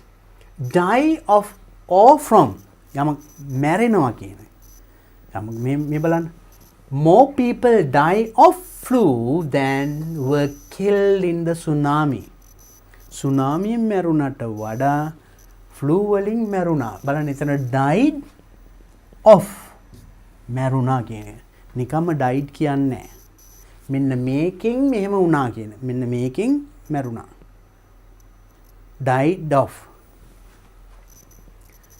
a week after the accident he died from his injuries එතන ඉන්නේ from එයාගේ injuries තුවාල වලින් මැරුණා ඒ තුවාල හේතු කොටගෙන මැරුණා කියන එක died from his injuries මෙතන died of flu see the different uses and same word died here also died but of from so these are the things that you have to remember මෙන්න මේවා තමයි මතක තියාගන්න died of flu නිසා මැරුණා tsunamiයට වඩා මෙතන died a week after the accident සතියකට පස්සේ accident එකෙන් සතියකට පස්සේ යා තුවාල නිසා from his injuries he died then divide into කියන්නේ බෙදනවා no in right the book is divided into 3 parts පොත කොටස් 3කට බෙදලා තියෙනවා divided into නෙමෙයි in 3 නෙමෙයි into the book is divided into 3 parts පොත කොටස් 3කට බෙදලා තියෙනවා the hall is divided into 4 parts ශාලාව කොටස් 4කට බෙදලා තියෙනවා into divided into remember this divided into next one dream මම සිහින දකින්නවා කියන්නේ අන්න ඒක dream එක කියන්නේ of dream of I think of imagine හිතනවා කියන එක I often dreamt of being famous when I was younger මම පොඩි කාලෙත් dreamt of මම සිහින මැව්වා famous ප්‍රසිද්ධ වෙන්නයි of ඒ වගේම තමයි think of I think of doing some questions based on this lesson I think of මම හිතනවා think of ඊට පස්සේ ක්‍රියාපද වෙන්නේ ing බලන්න of එක ඊට පස්සේ verb එකක් આવත් ing I think of doing some questions based on this lesson මේ lesson එක පදනම් කරගෙන ප්‍රශ්න ටිකක් මම ඊළඟට සාකච්ඡා කරනවා think of doing බලන්න dream of think of imagine of right next one dream about යමක් ගැන නැත්නම් dream of while asleep දැන් නින්දේදී සිහින දකින්නවනේ එතකොට කියන්නේ මෙහෙමයි what does it mean if you dream about or if you dream of mountains or සිහිනෙන් කඳු දැක්කොත් what does it mean ඒකේ තේරුම මොකද්ද right what does it mean if you dream of නැත්නම් dream about කඳු ගැන නැත්නම් කඳු හීනෙන් දැක්කොත් මොකද්ද එකකින් කියවෙන්නේ next one drive into that means not against හැප්පෙනවා කියන එක නෙමෙයි drive into Granny drove into a tree again yesterday Granny drove into a tree ගහකට drive කරගෙන ඊයේ يعني ගහක හැප්පුණා බලන්න එතන drove into අර මේ ඇතුළට කියන into නෙමෙයි එතන drove into a tree ගහක ගින් හැප්පුණා ඒ වගේ අර්ථය drove into next one enter into an agreement a discussion etc enter into ඇතුළකට යනවා මේ බලන්න we just entered into an agreement with India we just entered into an agreement එකඟතාවයකට එළඹිලා තියෙනවා පැමිණිලා තියෙනවා with ඉන්දියාව සමග යම් කිසි එකඟතාවයක් යම් කිසි සබ්ජෙක්ට් එකක් කතා කළා නේද එකඟතාවයකට පැමිණියා කියන්නේ just entered into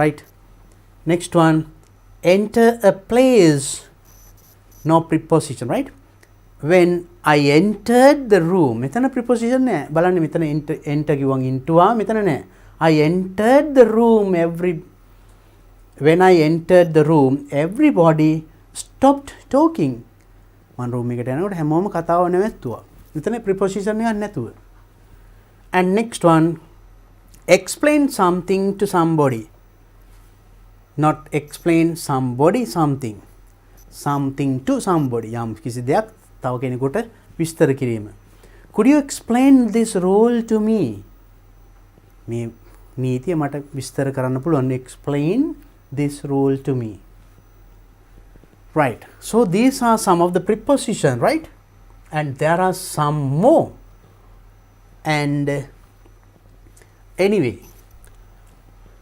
just have a look at these things have a quick look and fight struggle etc with fight keyword with I spent the last 2 weeks fighting with the tax office so the fight with ඒ වගේම get into and out of a car අපි කලින් කිව්වා වගේම when I got into my car I found the radio had been stolen got into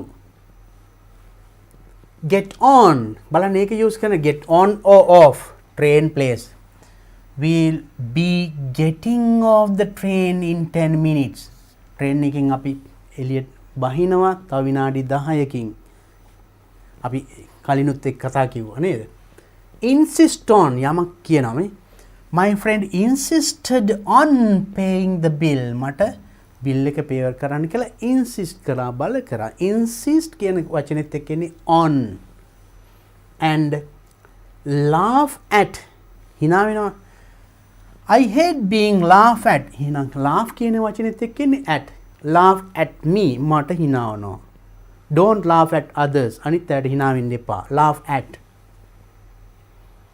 laugh about we'll laugh about this one day එතකොට බලන්න ඒකම laugh කියන එක තවත් about එන විදිය leave something weird talking about the action of leaving I left Colombo early before the traffic got too heavy and also leave from somewhere talking about the place does the plane leave from කටුනායකින් පිටත් වෙනවද කියන එක or Pratmalana okay children right now you understood and today we discussed we got a good understanding about the paper ගැන අවබෝධයක් ලැබුවා first question එක අපි discuss කරා prepositions පාඩමත් කරා ගොඩක් and try to find some more and let's do some more exercises on this in next week ඊළඟ සතියේ නම් අපි මේ පාඩමෙන් තවත් අභ්‍යාස ටිකක් කරලා බලමු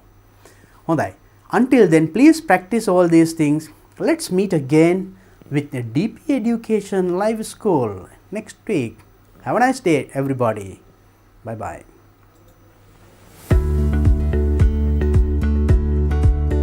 උසස් පෙළට හා පහස් ශ්‍රේණිය ශිෂ්‍යත්ව විභාගයට සූදානම් වන ඔබ වෙනුවෙන්ම දිවයිනේ ප්‍රවීණතම ගුරුමඩුල්ලක් සමග DP Education හරහා නොමිලේම ගෙනෙන සජීවී පන්තිමාලාව දැන් සෑම සතියේ දින 7ෙම උදෑසන 7 සිට සවස 5 දක්වා සඳුදා උදෑසන 7 සිට 10 දක්වා සංයුක්ත ගණිතය දුෂ්‍යන්ත මහබතුගේ ගුරුතුමන් උදෑසන 10:30 සිට 1:30 දක්වා තර්ක ශාස්ත්‍රය එම් මිග්ඩාඩ් ගුරුතුමන් සවස 3 සිට 5 දක්වා ශිෂ්‍යත්ව වැඩසටහන මංජුල මහේන්ද්‍ර ගුරුතුමන් අඟහරුවාදා උදෑසන 7 සිට 10 දක්වා බෞද්ධ ශිෂ්ඨාචාරය රත්මලානේ රතනසිරි හිමි වෑගන්තලේ ධම්මරතන හිමි උදෑසන 10:30 සිට 1:30 දක්වා සංනිවේදනය හා මාධ්‍යධ්‍යනය අසේල බණ්ඩාරනායක ගුරුතුමන් සවස 2 සිට 5 දක්වා ව්‍යාපාර අධ්‍යයනය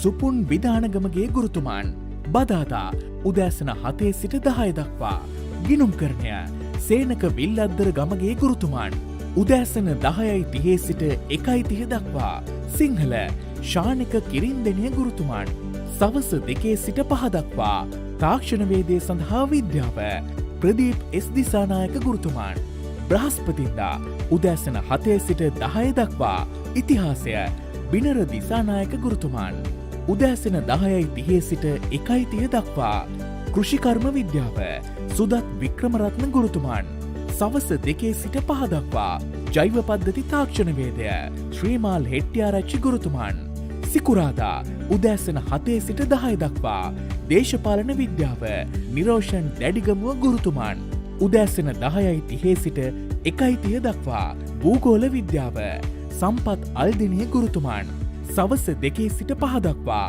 ඉංජිනේරු තාක්ෂණ වේදය මහිමාල් ජයකොඩි ගුරුතුමන් සෙනසුරාදා උදෑසන 7 සිට 10 දක්වා තොරතුරු හා සංනිවේදන තාක්ෂණය නීල් ප්‍රසන්න ගුරුතුමන් උදෑසන 10:30 සිට 1:30 දක්වා භෞතික විද්‍යාව සී අතුකෝරල ගුරුතුමන් සවස 2 සිට 5 දක්වා ආර්ථික විද්‍යාව තිවංක ගොඩවෙලගේ ගුරුතුමන් ඉරිදා උදෑසන 7 සිට 10 දක්වා රසායන විද්‍යාව ශ්‍රීනාත් වික්‍රමසිංහ ගුරුතුමන් උදෑසන 10:30 සිට 1:30 දක්වා සාමාන්‍ය ඉංග්‍රීසි ඒ ජයවර්ධන ගුරුතුමන් සවස 2 සිට 5 දක්වා ජීව විද්‍යාව සුනන්ද කරුණාරත්න ගුරුතුමන් උසස් පෙළ හා ශිෂ්‍යත්ව විභාගයේ ජයගන්න YouTube ලයිව් තාක්ෂණය ඔස්සේ අදම DP Education YouTube නාලිකාවට පිවිසෙන්න Play Store, App Store හා Huawei App Gallery හරහා DP Education app එක ඩවුන්ලෝඩ් කරගන්න. ඒ වගේම Telegram app එක හරහා ඉගෙන ගන්න කැමති නම් අදම DP Education නිල Telegram group එකට නොමිලේ සම්බන්ධ වන්න.